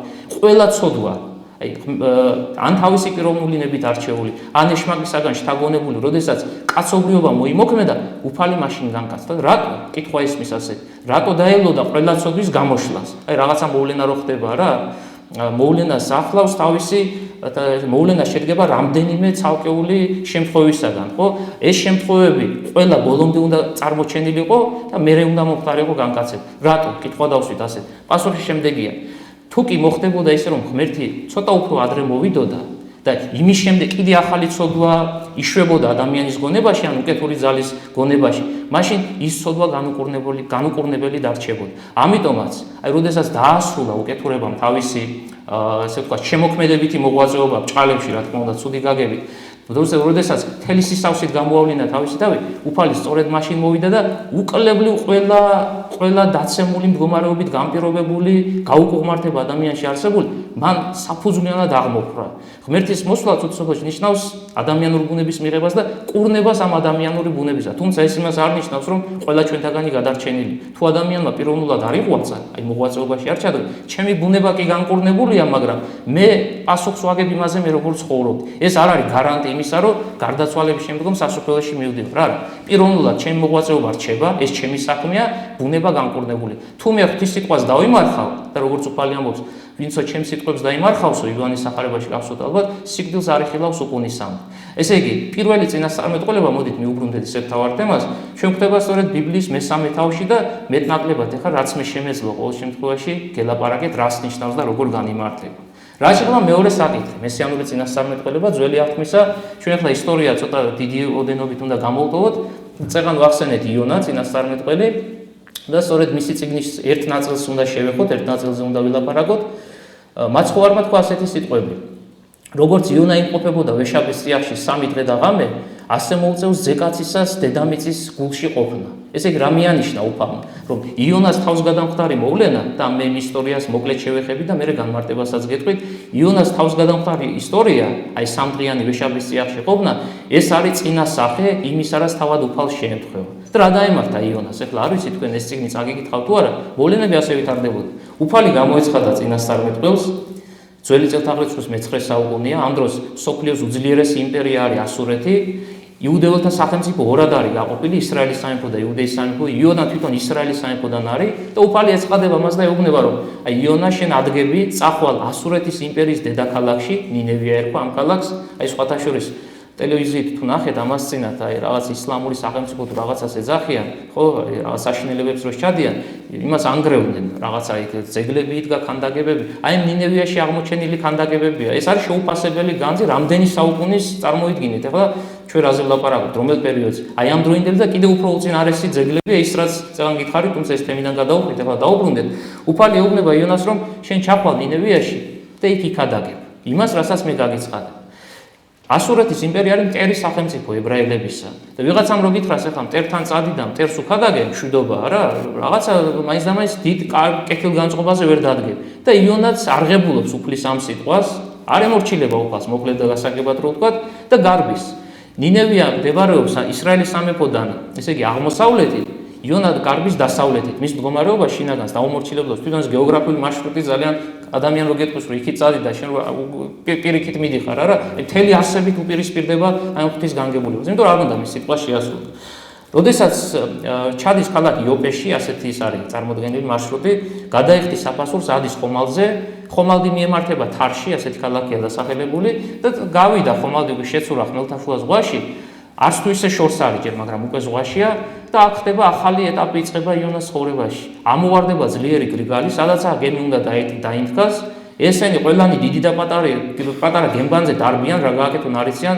მსგავსი რამე არ ენახათ არასოდეს ისეთი ღელვაა როგორც წესი გამოსტილი მეზღვაურები არიან და მათ ეს არ უჭირთ მაგრამ ასეთი რამე არასოდეს არ მოხდა რაღაცა სხვა არის აქ არ არის ბუნების ესე ვთქვათ მრისხანება უშუალოდ ღმერთი ვიღაცის დასჯას აპირებს და აი ეს მათ განჭვრიტეს მოვლენებში რაც ზღვაზე ხდება და დაიწყეს ერთმანეთში ძიება ვინ არის დამნაშავე რო არ გაგაწვალოთ მეორე ხელი დეტალურად არის აღწერილი დამნაშავედ გამოვლინდა იონა წილი ყარეს და საბოლოო ჯამში იონა გამოვლინდა დამნაშავედ და მას ეკითხებიან რა გავაკეთოთ რომ ჩვენ გადავრჩეთ აი შენი დანაშაულის გამო ჩვენ გარდავიცვლებით რა გარდაუვალია იონამ ასეთ სიტყვებით გადამაგდე ზღვაში წყალი ცვა დაგიწყნარდება და თქვენ გააგრძელეთ ცვლა, როგორც თქვენ მოგსურები. და წინასწარმეტყველს მოკიდეს ხელი, არ ქონდათ სურვილი, ყველაფერი გააკეთეს იმისთვის, რომ ნაპირზე გაიყვანოთ, მაგრამ ამ შემთხვევაში საერთოდ არ დაემორჩილა მათ ხომალდი, გადააგდეს წყალში და მეორე თავი იწყება პირველი მუხლი, სულ 4 თავია, მეორე თავის პირველი მუხლი გვამცნობს, როგორ მოვიდა დიდი ზომის თევზი ვეშაპი, ძველ ქართულ ტექსტში ასეთი ტერმინია გამოყენებული, შთქანთქა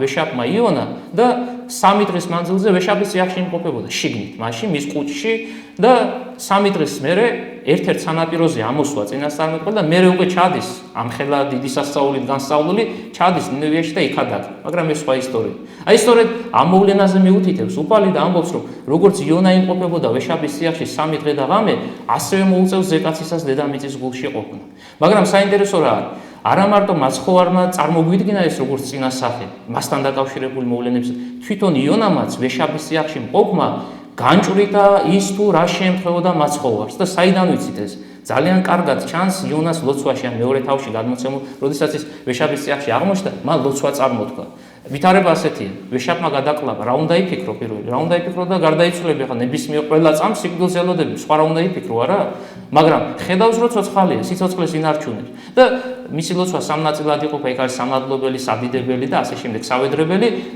ბუნებრივად აღმოხდა ლოცვის სიტყვები მადლობა გადაუხადა ღმერთს უნდა მოუკვდე უნდა გარდავიცვალო აღარ შეიძლება მე ცოცხალი ვიყო და სიცოცხლეს ვინარჩუნებ და აი სამადლობელი ლოცვით იწყებს და მე როგორც გითხარით რამდენიმე ნაწილად იყოფა აი მის ლოცვაში წმინდა კირილე იერუსალიმელი აქცევს ძალიან საინტერესო ორ მუხს ყურადღებას და რას ამბობს იცით მუცლისაგან ჯოჯოხეთისა გესმახმისა ჩემისა ღმერთს მიმართო ესე იგი ვეშაპის წიაღში იმყოფება და საკუთარ თავს მოიხსენიებს ჯოჯოხეთის მუცელში იმყოფა და მეორე ნაწილი მისი ლოცვისა შთავხედი მე ქვეყანა ჩავედი მე მიწაში თანამედროვე ქართული თავთქვა ძველი შეიძლება გავგებარებოს ესე იგი ზღვაზე იმყოფება ვეშაპის წიაღში იმყოფი მიწაზე როგორ შეიძლება იყოს ზღვაშია და ამბობს რომ ჩავედი მე მიწაში როგორ განმარტავს წმინდა კირილე იერუსალიმელი ის ამბობს რომ ესე იგი, მუცელში მყოფმა წინასწარმეტყველმა იქ ისეთი საიდუმლო მოვლენა აღსრულდა, განჭვრიტა ღმერთის განკაცების საიდუმლო. არა მარტო განკაცების საიდუმლო, მაცხოვრის გარდაცვალებაც იხილა და გარდაცვალებისას რა მოხდა? მაცხოვრის ადამიანური სული და სხეული გაიყო ერთმანეთისაგან, აი როგორც ნებისმიერ ჩვენთაგან შეგვემთხვევა, როდესაც გარდავიცვლები და ვინც გარდაცვლა ასეთი რამე ხდება, ადამიანი ორი ბუნება ვახსენეთ ჩვენ არა, დაცალკევება ხდება სულიერი და ხორცელი ბუნებისა და ეს არის სიკვდილი ადამიანის გარდაცვალება. აი ზუსტად ეს შეემთხვა მაცხოვარს. მისმა სულმა დატოვა მისი სხეული, კაცობრივმა სულმა დატოვა კაცობრივი სხეული, მისი სხეული საფლავად დაიდო და ჩავედი მე მიწაში, როცა იონამ თქვა, სწორედ ამ მოვლენაზე მივხვდით, ხოლო მისი სულისაც წავიდი, ჯოჯოხეთში ჩავიდი. და იონა ამბობს, რომ მუცლისაგან ჯოჯოხეთისა გესმა ხმა ჩემი, უფალს მიმართავს. ესე იგი, მაცხოვრის კაცობრივი ბუნების, სულისა და სხეულის მდგომარეობა ვეშაპის წიაღში მყოფმა განჭვრიტა. წინდაწინ, რომ სხეული საფლავად დაიდებოდა, სული ჯოჯოხეთში შტავიდოდა, თუმცა ერთიც უნდა დავამატოთ, რადგან ახლა დოგმატურ საკითხს შევეხეთ. ეს მოვლენები ხდება ჰიპოსტაზისგან განუშორებლად. განკაცებული არის სამების მეორე ჰიპოსტაზი, სხეული საფლავად დაიდო, წესით ის უნდა გახსნილიყო. ადამიანური ბუნება სხეული ხსნადობას ექვემდებარება, მაგრამ ვინაიდან ჰიპოსტაზთან არის შეერთებული, საფლო ჰიპოსტაზთან არ გახსნილა, სამ დღეში ისე აღდგა და სულიც კავშირში არა ჰიპოსტაზთან, სწორედ ამ ჰიპოსტაზური კავშირის შემოსრა მან ჯოჯოხეთი, თორე მანამდე იმდენი კაცობრივი სული ჩასულა ჯოჯოხეთში და ისეთი მოღვაწეებისა, წეგანაც ვახსენეთ არა, ა ブラ ამი, მოსე თუ სხვა წინასწარმეტყველები, მიუხედავად დიდი სიწმინდისა, მათ არ აქვთ ძალა რომ ჯოჯოხეთი შემოსრონ, მაგრამ ღმრთეებასთან, სამების მეორე ჰიპოსტაზთან შეერთებულმა მაცხოვრის კაცობრივმა სულმა, რომელიც განსაკუთრებული ძალმოსილებით არის, ყოვლის შემძლეობით ძალმოსილებით არის აღჭურვილი, ჯოჯოხეთის შემოსრა, ჯოჯოხეთი დაამარცხა და მართალთა სულები სასუპეველში ამოიყვანა. ესე იგი, ერთ-ერთი მესიანური წინასწარმეტყველება ძალიან საინტერესო და დეტალებში რაც გადმოგცემს ჩვენ მესიასთან დაკავშირებულ მოვლენებს უკავშირდება იონით. ეხლა აქ ერთი მხარეა, ცოტა თემიდან გადავხვი. შეიძლება ვიღაცა მიფიქროს და თქვენ რომ ნახოთ რამდენი ლიტერატურა დაწერილა და რამ ხელა წიგნები დაწერილა იონას აი ამ მოვლენებზე, ზღაპრაჩეფას და ეს ამბავი. როგორ შეიძლება ვიღაცასთან მიხვიდე, გზაში გააჩერო და უთხრა რომ ვეშაპმა რო გადაკლაპოს და 3 დღე მის წიაღში იყო ცოცხალი გადარჩები, ვერ ახარო, კარგად გეტყვის არა ადამიანი, როგორ შეიძლება ვეშაპის წიაღში 3 დღე იცოცხლო რა? და დაიწერა, როგორც გითხარით, უამრავი ლიტერატურა. დაწყებული განსაკუთრებით მე-17 საუკუნიდან აი პროტესტანტულ სამყაროში მათთან არის აღქმა ასეთი, რაც ლოგიკურ მსჯელობას არ ექვემდებარება, ის ჩვენ არ უნდა მივიღოთ. სარწმუნოებრივი მხარეო, აი თქვათ რაღაცა ისეთ სასწაული ხდება, ეს სხვანაირ ახსნას საჭიროებს. პირდაპირ მნიშვნელობით არ უნდა გვესმოდეთ. სწორია ის, რაც ლოგიკურად, ესე იგი ადამიანური შეხედულებებს მიყვება და ჩვენ მსჯელობაში იჯდება. და რა თქვეს მათ? ესო პირდაპირ კი უნდა გვესმოდეს, რომ ვეშაპმა გადაყლაპა, ერთ მაგალითს გეტყვით. არამედო იონას მართლა შეემთხვა ეს ისტორია, უფალმა ნინევში გადაგება დაავალა, ხომალდზე ავიდა გარბის ფარში, ხომალდიდან გადააგდეს წინასწარმეტყველი, მაგრამ რა მოხდა? გამოიარა მეორე ხომალდმა. ამ ხომალდმა აიყვანა თავის გემბანზე იონა და 3 დღის მერე ნაპირზე გადასვა და რა ერქვა ამ ხომალდს, თქვენ როგორ გონიათ? ვეშაპი ერქვა სახელად და აი ეს ისტორია გადმოცემული, არაფერ შუაში ცოცხალი ვეშაპი აქ არა. მაგრამ აი ეს მთელი უბრალოდ ჩამონათვალი რო ნახოთ გაოცდებით, ან არეზარებოდათ ამდენი შრომა, რაც ენერგიაა დახარჯული, მაგრამ ჭეშმარიტად და ნამდვილად რომ შეიძლება თუნდაც ვეშაპის წიაღში ყოფნა და ღმერთი როგორც ჩანს, მართლა რაღაცით განსაკუთრებულია, შიგადაშიგ ისეთ რაღაცები ხდება ჩვენ ქვეყანაში, ჩვენ წუთის სოფელში, რომ ამოწმებს იმას, რაც გარდასრულ დღეებში მომხდარა, რაც ეჭვის ქვეშ არის დაღენებული. ეს დადასტურდა 1891 წელს. აი ლამის მე-20 საუკუნეა, ხო, რაღა დარჩა 10 წელი და მე-20-ში გადავიდა 1891 წელი ახალი წელთაღრიცხვის. და რა მოხდა?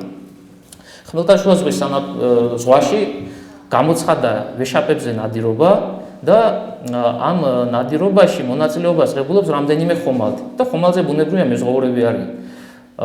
ერთ-ერთი ხომალდი დაედევნა ვეშაპს, ძალიან დიდ ვეშაპზეა საუბარი და მოხდა ისე რომ მეზღვაური ჯეიმს ბარტლი ასე ქვია ამ ადამიანს, სახელი და გვარიც კი ცნობილი, რაღაცა მოვლენის გამო გადავარდა ხომალდიდან, გემბანიდან გარეთ, წყალში აღმოჩნდა, ზღვაში აღმოჩნდა. ვეშაპი შემოტრიალდა და გააღო ეს უზარმაზარი პირი, ალბათ ცოცხლად არავის გვინახავს, მაგრამ ტელევიზიით ან მულტფილმით, გადაყლაპა ეს პიროვნება, მოტრიალდა და გაცურდა ესე, წავიდა. ესენი მოუძლებელია.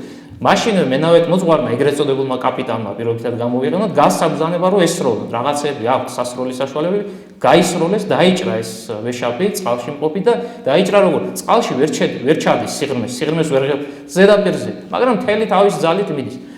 ეს ადამიანი გასცემთ ბრძანებას, ეს მენავეთ მოძღვარო დაედევნეთ, არავითარ შემთხვევაში არ გაუშვით და მიდის ეს დევნის პროცესი, ოპერაცია პირობითად ასე დავარქვათ, რამდენიმე საათი გაგრძელდა. საბოლოო ჯამში როგორც იქნა მოაკვდინეს ეს ვეშაპი, თან სისხლისგან ისლებოდა ნელ-ნელა, უკვე აღარ შეეძლო იმდენი რამდენის თავიდან და ამოათრიგეს გემბანზე, ძალიან დიდ ვეშაპზეა ლაპარაკი. მიზანი რა აქვს? თავიანთი მეგობარი, რომელიც ვეშაპის წინაშე გარდაცვლილი, ახლა მეტი რა უნდა იყოს, არა? გვამი მაინც ამოასვენონ გარდაცვლილი ადამიანის ჯეიმსი და ჩაასვენონ სახლში, გლოჩესტერიდან იყო, ინგლისელია, ბრიტანელია და ყვეთენ ახლა იქ მთელი პროცესი მიდის და მივიდნენ უკვე მთავარ ნაწილამდე, კუჭი სადაც არის და სადაც თავიანთ მეგობარს გარდაცვლის ელოდები.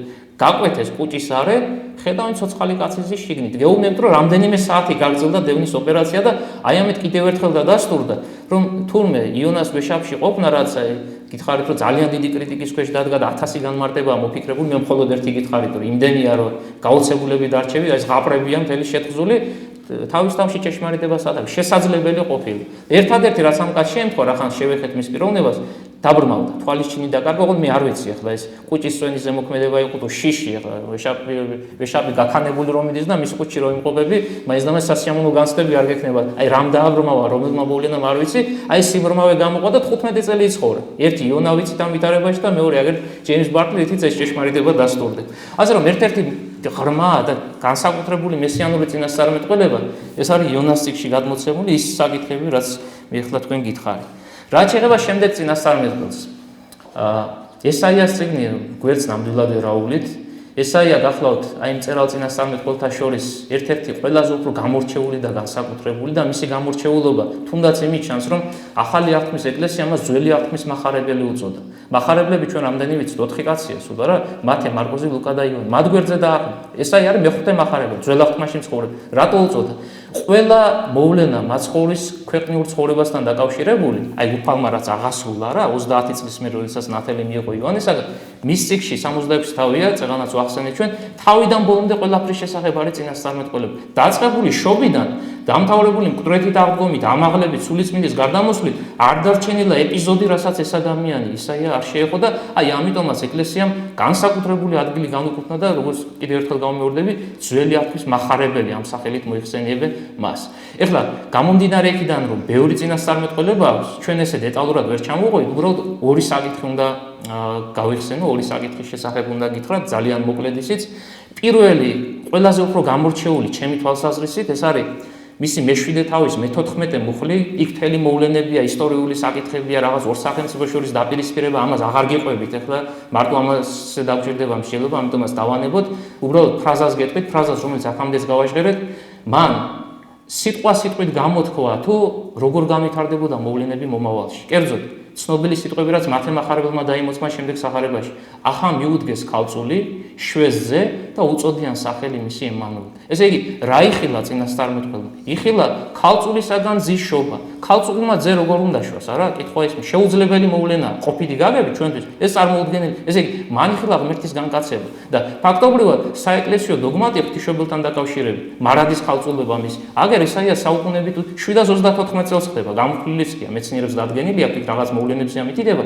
ეს მერვე საუკუნის მოღვაწეა, მერვე მე-7 საუკუნეები 734 წელს გამოთქვა დოგმატი ყოვლადწმინდა ღვთისმშობლის შესახებ, რომ ის ქალწული შობდა ძეს და ბუნებრივია ქალწულისაგან შობილი ძე განკაცებული ღმერთი უნდა იყოს, სხვანაირად ასე ადამიანის ჩვეულებრივი ადამიანის შობა ვერ მოხდება. ეხლა მე უფრო ღრმად არ მივდივარ, ამ ფრაზასაც იმდენი ამბები მოყვა, რომ ამას აღარ ვეხები, ვინმეს თუ მე პირადად დაინტერესება გექნება, შემიძლია ლიტერატურა მიგითითოთ. მეორე განსაკუთრებული წინასწარმეტყველება. ეს არის მისი წიგნის 53 თავი. ნეტარი იერონიმეს შეფასება უნდა მოვიტანოთ. ასეთ სიტყვებია ამ დიდი მოძღვრისა, როდესაც უკითხულობ ისაიას წიგნის 53 თავს, თუ კი არ იცი ეს ადამიანი, რომელიც საუკუნის მოღვაწეა, რომ აი ძველი მერვე მე-7 საუკუნეების დროს გამოვიდა ასპარეზზე, პირველი შთაბეჭდილება რაც შეგექნება არის ის, რომ ჯვარცმასთან დგას, აი გოლგოთასთან იმყოფება და საკუთარი თვალით ხედავს როგორ ვითარდება მოვლენები. ანუ მაცხოვრი ჯვარცმა როგორ ხდება რომელთაგან დეტალებში აქვს მოთხრობილი. თქვენ მე შეგიძლიათ სახში გადაამოწმოთ, აი თქვენი პირადი ინტერესი დაიკმაყოფილოთ და წაიკითხოთ ეს თავი 53 თავი ესაიას წინასწარმეტყველებისა. ერთადერთი რაც დანაკლისია პირობითად ასე დავარქვათ, ჯვარს არ ახსენებს. ერთი ეს კი არის. ჯვარი არ უხსენებია, რომ დანარჩენი მთელი ეს მოვლენები აღწერა. მათ შორის ამ 53 თავში არის ჩართული წინასწარმეტყველება, რომელიც თავად უფალმა განუკუთვნა თავის თავს და მერე ლუკას სახარებაშიც არის გაჟღერებული ბოლოში ავაზაკთა თანა, აი ავაზაკებს შორის მოქცეული მაცხოვრის შესახებ, რომ მარტო კი არ მოხდებოდა ჯვარს, მარჯვნივ მარცხნივ ავაზაკები, ესეც კი არა წინასწარმეტყველება. და საოცრება რა არის, იცით? მან დაინახა ის, ვინც ევნებოდა, ვინც იტანჯებოდა და ამბობს ასეთ სიტყვებს. არა თუ საკუთარი პიროვნული შეცოდებების გამო ავნებული და გვემილი. ჩამოთვლილი აქვს, როგორ სცემენ, როგორ შეურაცხყოფას აყენებენ, როგორ აფურთხებენ, როგორ წვერებს გლეჯენ და ასე შემდეგ. არა საკუთარი პირადი შეცოდებების გამოა, ჩვენი უკეთურებების გამოა, ჩვენი დანაშაულებების გამოა. ძალიან საგულისხმო სიტყვებია. ესე იგი, რას ამბობს? მას პირადი შეცოდება არ ქონია. ვინ არის ადამიანთა შორის, ვისაც პირადი შეცოდება არ აქვს? ერთი ადამიანს მაინც თუ დაბადებულა, თუ რა თქმა უნდა, ესეთი კაცი არ არსებობს. ესე იგი, რას ხედავს? გამკაცებული ღმერთის დასაწყისში მეშვიდე თავში რომ შობა იხილა მისი, ამჯერად უკვე დასასრულისკენ 53 თავში ჯვარც მას ხედავს და ეს ის ღმერთია, ვინც თავის დროზე აგერ ხალწულისაგან დაიბადა, როგორც თვითონ აღნიშნა, მას პიროვნული ცოდვა არ აქვს და საეკლესიო სწავლება ასეთია, უფალმა ჩვენი ბუნება მიიღო, დაცემული ბუნება, მაგრამ ცოდვა არ მიუღია. თუმცა ვნებები ადამიანისა იყოფა ორ ნაწილად. ერთია საყვედრელი ვნებები, პირობითად ასე შეგვიძლია დავარქვათ, მეორე უყვედრელი ვნებები. აი საყვედრელი ვნებები არის მომაკვდინებელი ვნებები, ნაყროვანება, ვერცხლის მოყვარება, მდისხანება და ასე შემდეგ, 7 ან 8 სხვადასხვანაირად ჩამოთვლიან. აი უფალმა დაცემული ბუნება მიიღო და მიიღო უყვედრელი ვნებები. უყვედრელი ვნებები რა იგულისხმება? უყვედრელი ვნებებში რა იგულისხმება? მას რომ მოშივდა. ეს უყვედრელი ვნებაა. 60-ში მყოფ ადამიანს სოდვით დასემამდე შიმშილის გრძნობა არ აქვს. მაგალითად, მან რო იტირა, 60-ში მყოფი ადამი არ ტირის, მისთვის უცხო ასეთი მოვლენა და ასე შემდეგ, რო დაიღალა და დაისვენა. ესე იგი, მიიღო უყვედრელი ვნებები და სწორედ ამ სახით არის წარმოდგენილი ადამიანური ბუნება მასში. აი, 53 თავი, მოკლედ, დავალებასავი, თუ არ მიწყენთ, მე თქვენ შეგიძლიათ სახში ნახოთ, გადაავლოთ თვალი, ეს განსაკუთრებული ადგილი და მეშვიდე თავის მე-14 მუხლი კიდევ ერთხელ გავიმეორებ, სადაც აი ეს ღრმა მესიანური მოძღვრებებია წარმოდგენილი. კიდევ ერთი წინასწარმეტყველი დროს ძალიან არ გადავკვირთოთ. თქვენ რა წამსაც შეგიძლიათ ნებისმიერ დროს თუ მეტყვით, რომ აი აქ საკმარისია და შევჩერდეთ, მე გავჩერდები, რაღაც ისე არ გამოვიდეს, რომ ცოტა მოსმენა ძნელია თან თემა ისეთი.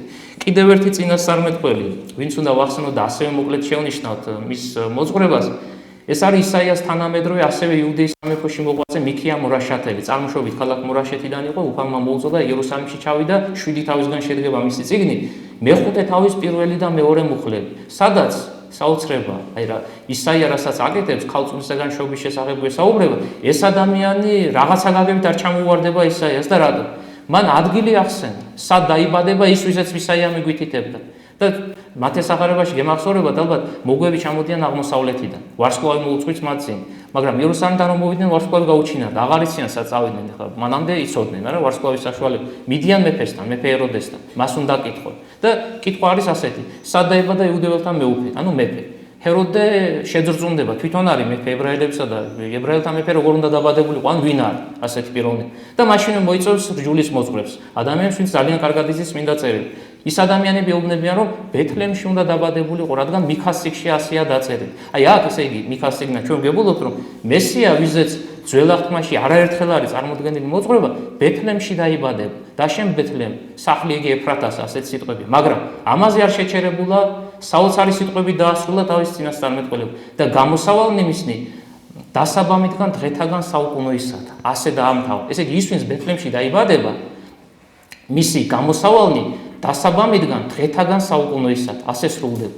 ეხლა ის შეიძლება ბევრს არაფერს გეუბნება თქვენ, მაგრამ საუკუნო დღეები საეკლესიო ბიბლიური ტერმინოლოგიის მიხედვით ეს არის მარადისობა, მარადიულობა. ესე იგი დასაბამი რასაც არ აქვს და დასასრული რასაც არ აქვს.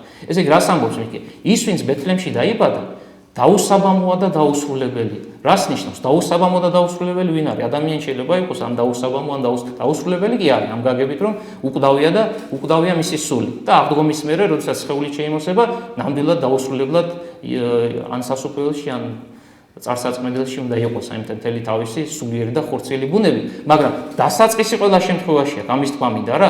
ესე იგი მიქიამ რა განჭვრიტა? ის, ვინც ბეთლემში დაიბადება, თავისი წარმომავლობით არის დაუსაბამო და რადგანაც დაუსაბამოა, ბუნებრივი არის ღმერთი უნდა იყოს. სხვანაირად სხვა ვინმე მის ადგილზე ვერ იქნება. თვითონ ეს ბეთლემი საინტერესო ტერმინია, ბეთლეხემ კომპოზიტია ორი სიტყვისგან შედგება, ბეთ სახს ნიშნავს, ლეხემ პურს ნიშნავს, პურის სახლი და უფალი საკუთარ თავს რას უწოდებს?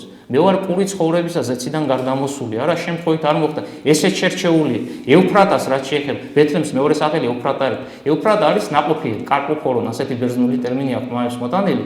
ნაყოფიერი რატო ეწოდა ამ ადგილს? სიმბოლური სახელი. ის, ვინც ბეთლემში დაიბადება, ესე იგი ევფრატაში დაიბადება, ერთი მხრივ სიცოცხლის პური იქნება, მაგრამ ამავდროულად მიიღებს რა კაცობრიო ბუნებას ნაყოფიერებით შემოსავს მას და სახელი ეფრათა როგორც გითხარით ნაყოფიერებას ნიშნავს. ანუ ერთ-ერთი გამორჩეული მესიანური უწყება ჩვენ ხდება სწორედ მიქია წინასწარმეტყველთან. კიდე ერთი ადამიანი და მაშინ ამით დავასრულოთ, მე მგონი გადაგყალეთ, დანიელი, წინასწარმეტყველი დანიელი, ასევე დიდებში შემავალი, წერალი წინასწარმეტყველი, ის მოღვაწეობს ველი წელთაღრიცხვის მე-7 და მე-6 საუკუნეებში. მას დაატყვევებს ნაბუქოდონოსორი ბაბილონის მეფე, წაიყვანს ბაბილონში, დედაქალაქში ბაბილონის იმპერიისა და იქ იზრდება, რაღაც სკოლას გაივლის 3 წლის მანძილზე და როგორც გამორჩეული მეცნიერი, გამორჩეული მცოდნე თავისი საქმისა, ესე სახელმწიფო საქმეში იქნება ჩაბმული.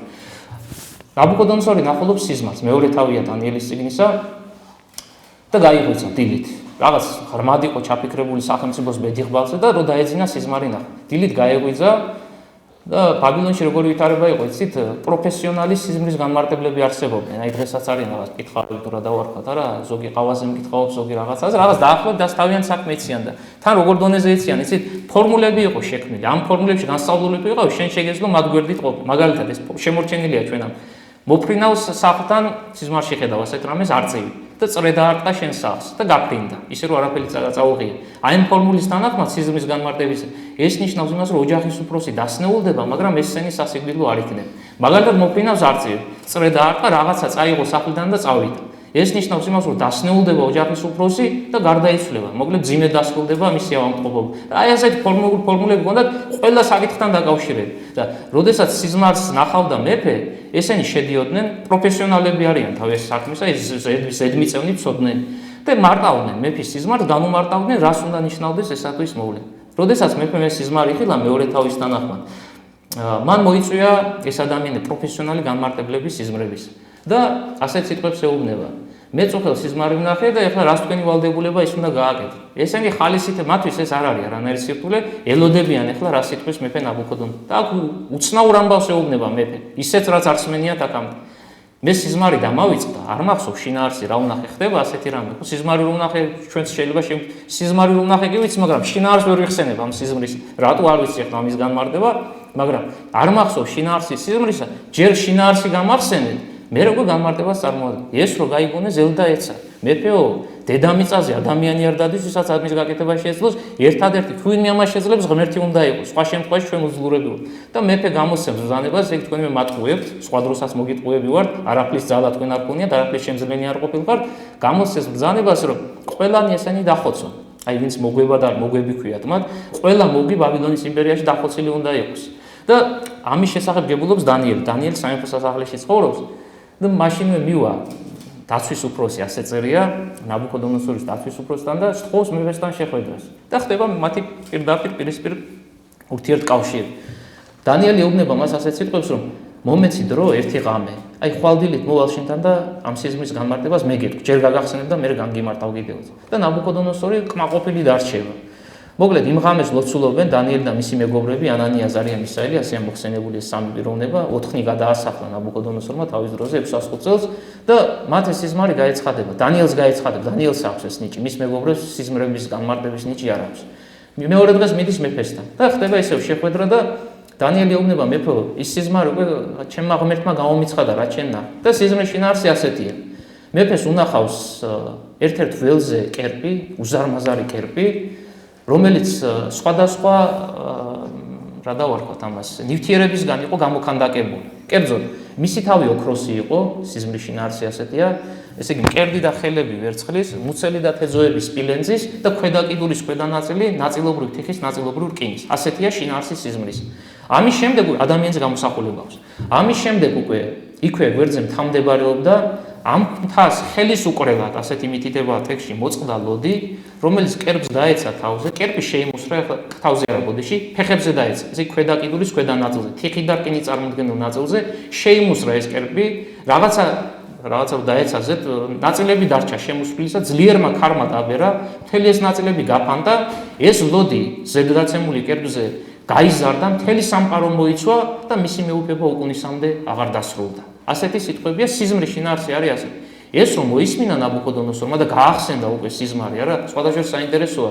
რომ მოეტყუებინათ იმ ადამიანებს თუ არ გახსოვს ახლა და მით უმეტეს ჩემი სიცოცხლის ყოფნა არ ყოფნის საკითხი გებათ ისე ავდგები და მოგატყუება ეს ნახე და მე რაღაცა ყოველ განმარტებას მოვიდა მაგრამ როგორც ივანე ოქროპირი ამბობს ეშინოდათ ვაი და მეფეს სდის და ძალიან კარგად ახსოვს და რო უთხრან ტყუილის სიზმარი მე საერთოდ ეხლა ხვდებიან ბრძანება ასეთია გამოდანი იქ შეიძლება გაცილებით უფრო მძიმე შედეგები დადგეს იმ გაგებით რომ ოჯახის წევრები და სანათესაო და არავინ არ დარჩეს საერთო ცოცხალი და ამიტომაც ვერ ბედავა მაგრამ აი დანიელმა როგორც კი განმარტა დაუბრუნდეთ ისევ თემას მათ მეფეს გაახსენდა რომ მართლა ეს ნახა მაგრამ ხედავს რომ ეს არ არის ჩვეულებრივი ყოფითი მოვლენა აი ამ ყოფითი მოვლენის მიღმა რაღაც დიადი და გასაოცარი საიდუმლოა დამალული და ეკითხება აი ახლა უკვე განმარტება მithქვი და დანიელი იწყებს ოქროს თავი მეფეო ასეთ სიტყვებით მიმართავს ეს არის ბაბილონის იმპერია და უშუალოდ შენახა ესე იგი ეს კერპი თავის თავში გამოსახავს სახელმწიფოებს თუ როგორ განვითარდებოდა ისტორია ესე იგი ოქროს თავი ეს არის ბაბილონის იმპერიის სიმბოლო შენ როდესაც აღარ იქნები და შენი სახელმწიფო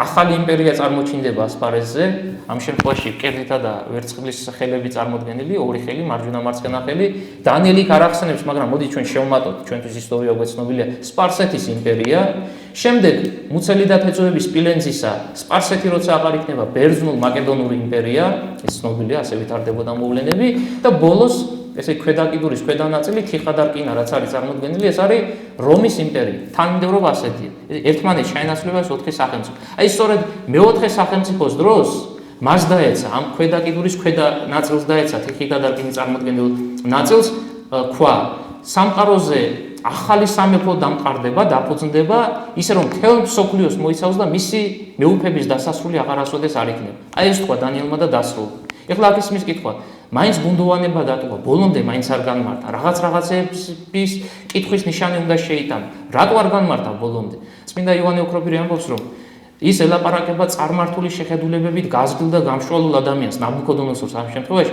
დანიელს რო სრული სისავსით მისთვის მოეთხრო რას გულისხმობს ეს სიზმარი მან იმდენი უთხრა რამდენიც სჭირდებოდა ამ ადამიანს რისი დატევნა შეეძლო მაგრამ სრული სისავსით რო გადმოეცა ეს კაც ვერაფერს ვერ გაიგებდა აი სულიერ მხარეს ამ სიზმრისას ვერ გაიგებდა და ამიტომაც მხოლოდ და მხოლოდ ყოფითი მოვლენებით შემოიფარდა სინამდვილეში რო გავიგოთ შინაარსის სიზმრისა წმინდა ოქროპირი ამბობს რომ ჩვენ ამ შემთხვევაში კიდევ უნდა დავამატოთ დანიელის განმარტებას ახალი სულიერი მხარე იგივე სიზმრის და რას ამბობს ოქროპირი რომ ლოდი რომელიც გადმოგორდა მთიდან სიმბოლო არის უпростоრად მთა რომელზეც ლოდი იმყოფებოდა მოდი ასე დავიწყოთ სიმბოლურად განასახიერებს ყოვლადწმინდა ღვთისმშობელს ლოდი რომელიც მთაზეა და მთიდან ხდება გადმოგორება ესე იგი ლოდის ჩამოვარდნა და დაცემა უკავშირდება მთიდან გადმოგორებას არა ეს ლოდი ვისი სიმბოლო იქნება მაცხოვრისა განკაცებული ღმერთისა ყურადღება მიაქციეთო იმას თუ სად ეცემა რომელ ნაწილზე სხეულისა ამ კერპს მხოლოდ და მხოლოდ ფეხებზე ესე იგი რკინითა და თიხით წარმოდგენილ ფეხებზე და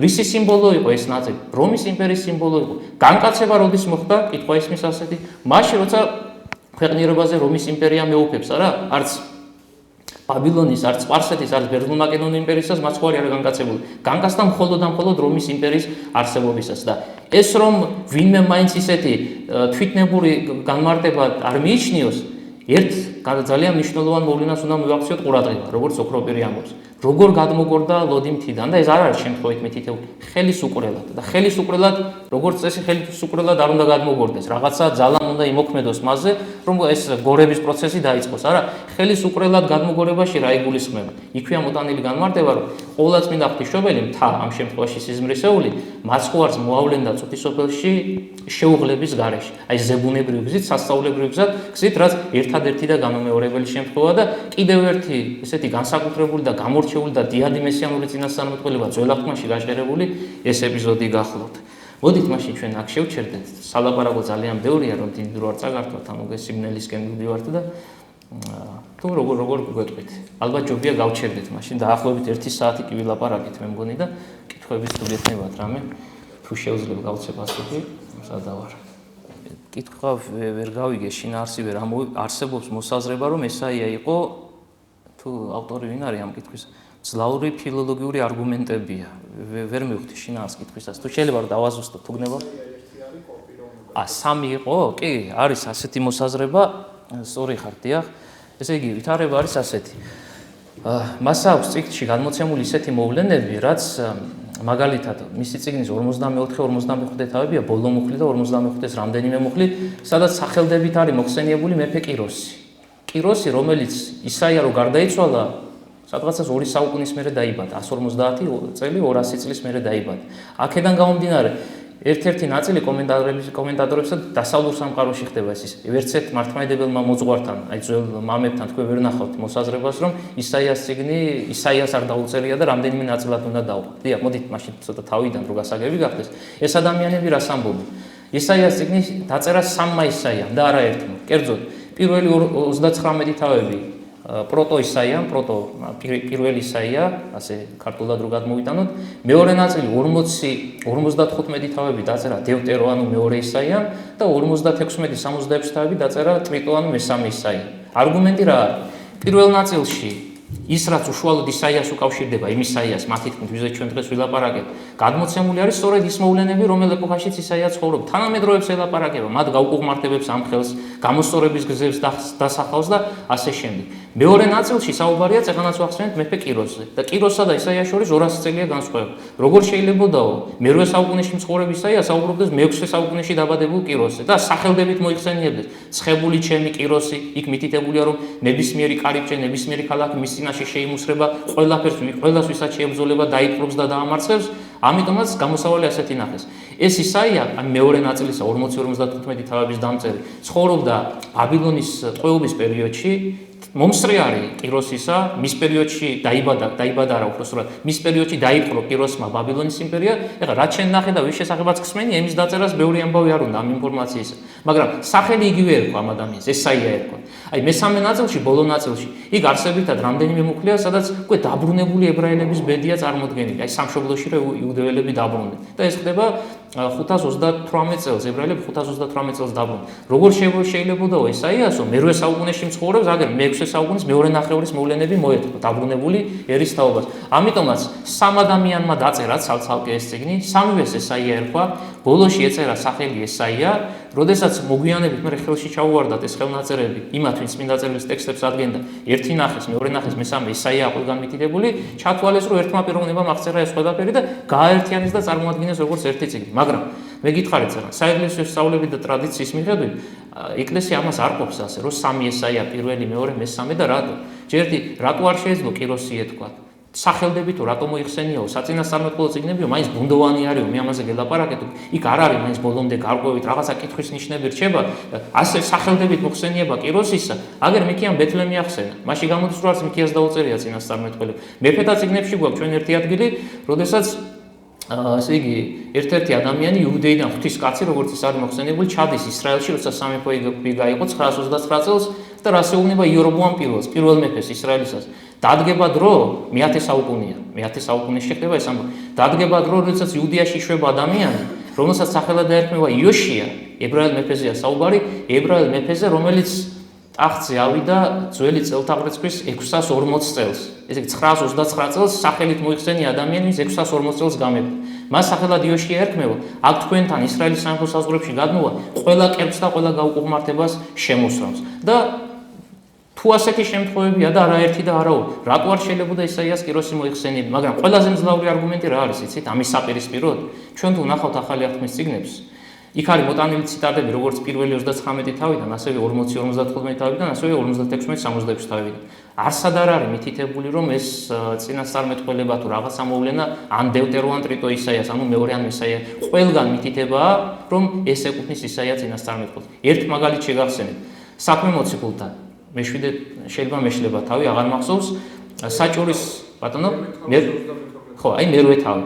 საჭურისი ეტლში ზის და კითხულობს რაღაცა ნაწილს ძველი აღთქმის წიგნებისას და ფილიპე მიდის მასთან ახლოს და იქ არის ვითარცა ცხოვარი კლად მიგვარა და ვითარცა ტარიგი წინაშე მრისველს. ისაიას წიგნი 53 თავი, აი ეს თავი რაც ჩვენ ვახსენეთ და ფილიპე ეკითხება, რას კითხულობ შენ, რა არის ეს? და ის მიუთითებს ისაიას წინასწარმეტყველებიდან არის ფრაგმენტი, რაც მან ამოიკითხა. ესე იგი პირველ საუკუნეში არც კი იყო გამოთქმული რაიმე სახის ეჭვი, რომ ეს ეკუთვნის 2, 3, 5 თუ 10 ესაიას და ამის ნათელი დასტური. მე გითხარით, რომ აი ესეთი მოსაზრებები შეიქმნა გაცილებით გვიან, აი მე-17 საუკუნიდან მოდის უკვე და ძველ ტექსტებში, ძველ განმარტებებში ჩვენ მსგავს ვერაფერს ვერ ხვდებით. იონას დროს 3 დღე სინანულისთვის 40 დღე არის მოსაზრება იქნებ მოგვითხროთ. ხო, ეს სხვა თემაა, მაგრამ ვითარება ასეთია, როდესაც ჩავიდა იონა ნინევში, მან ბერძნული ტექსტის მიხედვით იქადაგა ასეთი სიტყვები, კიდევ 3 დღე და ქალაქი ნინევი დაეცემა, ებრაულში წერია კიდევ 40 დღე და ქალაქი ნინევი დაეცემა. ანუ ბერძნულში 3-ია, ებრაულში 40-ია. ან ერთი უნდა იყოს სწორი, ან მეორე, ხო, ორი არ შეიძლება სწორი იყოს.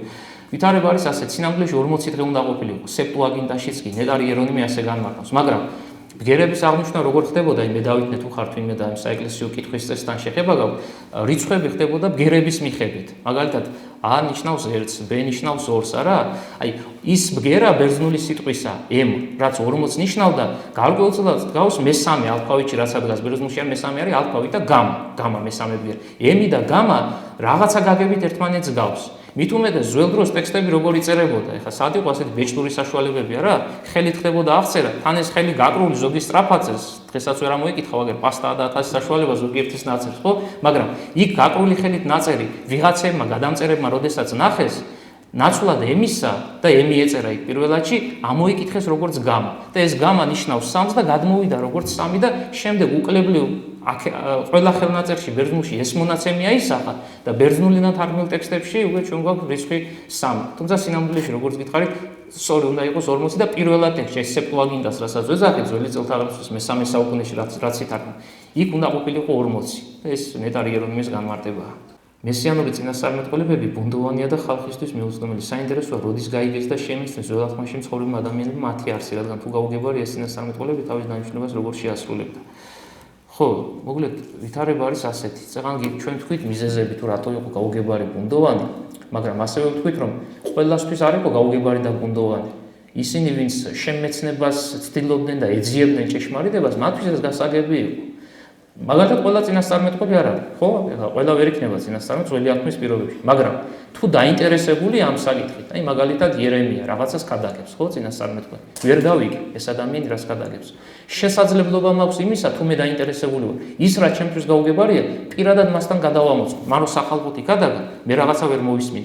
პირად ურთიერთობაში დავეკითხო ეს რას ნიშნავს. ამ შემთხვევაში უკვე განმარტებები მისგან წარმოქმნილი იქნება და მე გაცილებით უფრო გავიგებ და შევიმეცნებ იმას, რასაც ადრე ვერ ვგებულობდი. ამიტომ ძველი აღთქმის პირობებში გასაგებია, ყველასთვის ეს გაუგებარია, ეს არ არის ფართო მასაზე გათვლილი და მთელი ერისთვის რო ყოფილიყო შემეცნებადი, ამიტომაც ეს ყველაფერი არ წარმოქმნილა, მაგრამ როგორც კი კონკრეტული პიროვნებები ამ საიდუმლო შემეცნებით დაინტერესდებოდნენ, ყველა საუკუნეში ასეთი მოღვაწე სახეზეა, რომელსაც შეუძლია შესაბამისი განმარტება წარმოადგინოს. და დაფარული რადო იყო უკვე ვთქვით, ხალხი ვერ გაიგებს და ფიზიკურად გაუსწორდება, თუმცა მათი დასასრული ასე ჩვენ რომ ნახოთ ახლა ისტორიას გადავალთ, ისაია გახერხეს, პირდაპირ გაგებს შუაზე გადახერხეს, წინასწარმეტყველი იერემია ჩაქოლეს, ქვებით პირდაპირ თანატომელებმა, მისმა ძმებმა, პირობითად ასე დავარქვათ, სისხლმა და ხორცმა, წინასწარმეტყველი ეზეკიელი ჩაქოლეს და ასე შემდეგ და ასე შემდეგ. არც ერთს ფაქტობრივად ჩვენ რაც აგვაქვს გარდამოცემა, ესე გემრიელი სიამთბილობით ცხოვრება არ დაუსრულებია. ეხლა შეიძლება კითხვა გაჩნდეს, თუ ჩაქოლეს, მაშინ ბარემ გაეცხადებინათ, არა? იოანე ოქროპირის აქვს პასუხი გაცემული ამას. დასაწყისშივე როგორც კი პირველი სიტყვა წარმოთქვეს, მაშინვე ჩაქოლავდნენ, მაშინვე გადახერხავდნენ. ამიტომაც მათ მოასწრეს, მაგალითად ისე 60 წელი იქადაგა. იერემიამ სადღაცა 3 ათეული წელი იქადაგა. ეზეკიელმა დაახლოებით 21-22 წელი იქადაგა. და აი ამ შენიღბვით ამოძღვრებისა, შენიღბვა ცუდი ტერმინია, აი ბოლომდე გამოუთქმელობით მათ შეძლეს ის, რომ წლების მანძილზე, აწლევლების მანძილზე საქმელი გამოთქვეს და ეს იდუმალი სწავლება დაუნჯეს წმინდა წერილში. სხვათა შორის გამახსენდა ახლა მეორე საუკუნეში მოღვაწე აპოლოგეტი მამების უდიდესი ნაწილი მათი მოქცევის წყარო დასახელებს სწორედ ასეთ მოძღვრებებს, საწინასწარმეტყველო მოძღვრებებს. იუსტინე ფილოსოფოსი იქნება, ათენოგორო ათენელი იქნება თუ სხვა. ისინი ამბობენ, რომ ჩვენ ღმერთი შევიმეცნეთ, აი ქრისტიანული სარწმუნება, მას შემდეგ ვირწმუნეთ, როდესაც საწინასწარმეტყველო წიგნები ვნახეთ, რომ აქ აი ესე დეტალურად იყო ყველაფერი გამოთქმული. აგერ არის ნათქვამი, რომ ქალწულისაგან იშვება მესია. აგერ არის ნათქვამი, რომ მესია იშვება ქალაქ ბეთლემში. და ასე შემდეგ და ასე შემდეგ და ეს გახდა ჩვენთვის ყველაზე უფრო დიდი სარწმუნო წყარო იმისთვის, რომ ჩვენ ქრისტიანები გამხდარიყავით, რომ ისინი წარმართები იყვნენ. თავიანთი მსოფლმხედველობით, აი სხვადასხვა ელინურ ფილოსოფიას მისდევდნენ, ბერძნულ ფილოსოფიას და მათ ქრისტიანობასთან მაინც და მაინც დიდი კავშირი არ ჰქონიათ. თუ იყო ებრაელებში წინასწარმეტყველება გავრცელებული, რომ მესიას უნდა გაევლო დახურული კარი. ეს აღდგომის შემდგომ გულისხმობდა რა? დახურული კარის გავლის შესახებ წინასწარმეტყველება მე არ მახსენდება მაგალითად. სადმე რამე მითითება შეიძლება არის, ვიღაცა ეს კითხვა ისე დასვა, შეიძლება რაღაცა ინფორმაციისთვის აქვს ყური მოკრული, მაგრამ ნამდვილად არ მახსენდება, რომ მითითება აი მასხოვარი კონკრეტით აღმდგარი დახურულ კარებში გავა. ასეთი მითითება არ მახსოვს, ვერ გეტყვით. ინფორმაცია ამაზე არ აქვს. კითხვები თუ გაბადის შობაზე იყო აი დაკრული კარების გამო ხო, არის ეზეკიელთან გასაგებია. ეზეკიელის წიგნში არის. კი, სწორია. სწორია. 54 თავში ეზეკიელის წიგნში ასეთი სურათია ნახსენები. ცოტა რთული თემა, უფალმა დატოვა იერუსალიმი, ეზეკიელმა სულიერად ნახა უფლის დიდება, მასზე ახსენეს ქერუბიმებთან ერთად. ეს არის მე-11 თავში აღწერილი და დროებითი პერიოდია. ბაბილონური ტყვეობის პერიოდში უფალს მიტოვებული ყავს ებრაელები. ეს არის ნაჩვენები ამ სურათში. მერე უფალი კვლავ ბრუნდება საკუთარ ტაძარში. იერუსალიმის ტაძარზეა ლაპარაკი. და იქ არის ასეთ სურათი აღწერილი. აღმოსავლეთის ტაძარს ჰქონდა გარეთ ეზო და შიგნით ეზო. თუ იცით თქვენ შეხება ქონიათ აი ბიბლიურ ტექსტთან, ორი ეზოსგან შედგებოდა. კარები ჰქონდა სამ მხარეს. ესე იგი, აღმოსავლეთის მხარე, დასავლეთის მხარე და სამხრეთის მხარე. სამი კარია. სუსტად როგორც გარეთ კედელში, ასევე შიდა კედელში ამ ეზოებს რაც ყოფ. ეზეკიელმა იხილა როგორ დაბრუნდა უფლის დიდება ქერუბიმებთან ერთად. აღმოსავლეთის კარებით გარეთ ეზოში შემოვიდა, შიგნით ეზოში შემოვიდა და შემდეგ ტაძარში შევიდა და ამის მერე ისმის ხმა, წინასწარმეტყველს ესმის. ეს კარები დახშული იქნება და არასოდეს გაიღება. ასეთი სიტყვებია მითითებული და მე განმარტებას თუ ნახავთ აღნიშნული მუხლისა, მამები ამბობენ, რომ ეს არის ერთ-ერთი ყველაზე გამორჩეული წინასწარმეტყველება ყოვლადწმინდა ღვთისმშობლის შესახებ. დახშული იქნება და არასოდეს გაიღება, რას ნიშნავს? ყოვლადწმინდა ღვთისმშობელმა შვა ძე, ღმერთი და მისი ქალწულება, მარადის ქალწულებად დარჩა. მას სხვა შვილი არ ყოლია. მუდმივად ის არის ერთადერთი ძის, ამ შემთხვევაში განკაცებული ღმერთის დედა და აი მითითება ეზეკიელის წიგნის ასეთია, ეს რომ მართლა ასეა. საეკლესიო საკითხებიც მიუთითებს ამას, აი ღვთისმშობლობის წინა დღეს, როგორც წესი იკითხება ეზეკიელის წინასწარმეტყველების ეს ნაწილი. ახლა რას თქვენ აქ ახსენეთ და სწორია, მე უბრალოდ ვერ მოვახდინა ორიენტირება კითხვა საით იყო მიმართული. დიახ, არის და ეზეკიელის წიგნის 54 თავი, მართალია, სწორია. დიახ. იონ როგორ შეიძლება შევთავაზოთ იონას ვეშაპის მიწაში ყოფნის პერიოდი და მას ხორის საფლავში ყოფნის პერიოდი. დროის რაოდენობას გულისხმობთ? აი საათებს გულისხმობთ? თუ სამი დღე ღამე და მას ვართან სამი დღე ღამე. სამი დღე და ღამე პირდაპირ გაგებით არც იონასთან არის, როდესაც კომენტატორები განმარტებას გვეუბნებიან ჩვენ ეკლესიის მამები. ისინი არ ამბობენ, რომ იონა ვეშაპის წიაღში იმყოფებოდა 3-ჯერ 24 საათი. საეკლესიო ბიბლიური ენა თვითონ, როდესაც 3 დღეზე ლაპარაკობს, ესე იგი 3 დღე ღამე ჩვენ შეგვიძლია მივიჩნიოთ 26 საათი უკვე. და რა გაგებით? პირველი დღის, ბატონო? სამი არასრული დღე. პირველი დღის 1 საათი, აი დღე რო სრულდება, მაგალითად 11 საათია და 12 საათამდე. ეს 1 საათი უკვე ერთ დღედ მიიჩნევა. ბიბლიაში არის ასეთი ეპიზოდები, ასეთი ადგილები. მეორე დღე, ანუ შუალედური დღე 3-დან 24 საათი სრული, ჯამში ვღებულობთ 25 საათს და მესამე დღეს 1 საათი, 26 საათი. საკმარისია იმისთვის, რომ წმინდა წერილმა 3 დღე უწოდოს აი ამ დროის ამ დინარებას, ანუ 26 საათიან პერიოდს. ასე რომ იონასთან მიმართებითაც 3-ჯერ 24 საათი პირდაპირ მნიშვნელობით შეიძლება არც ყოფილა ის ვესები, თუმცა დრო დათვლილი არ არის ნამდვილად და ეს ტექსტში მსგავსი მითითება ჩვენ არ ვხვდება. როგორც მაცხوارი არ იმყოფებოდა პირდაპირ გაგებს, ზუსტად ასევე შესაძლოა რომ არც იონა იყო 3-ჯერ 24 რამდენი გამოცა გადაამრავლეთ თქვენ აი ამ დროის მანძილს. ლაზარე 4 დღე იმყოფებოდა საფლავში, ჩვენ რაც ვიცით წმინდა წერილიდან, თუმცა ახაც იგივე ვითარება, ეს 4 დღე სრულია თუ არ არის სრული, ეს ტექსტში არ აჩენს, მაგრამ მითითებულია რომ 4 დღე იყო. მაგრამ ამ ლოგიკით 4-ჯერ 24 საათი შეიძლება არ იმყოფებოდა, მაგრამ ერთი რამე ფაქტია. ისეთი დროის მანძილზე იმყოფებოდა, რომ ეს უკვე გაიხსნა და ეს ტექსტშიც არის მითითებული, ყარს არა, დაამბობს თავისი, რომ უკვე ყარს და როგორ შეიძლება ახლა საფლავის ყვა გახსნა, ეს სიმყრალე გარეთაც გამო. თუმცა დროის რაოდენობა გითხარით, რომ ტექსტის მიხედვით ვერ დაადგინა მას, ზუსტად, ზუსტი მონაცემი ამისა შეუძლებელია წარმოადგინა. არის დავასრულოთ მაშინ.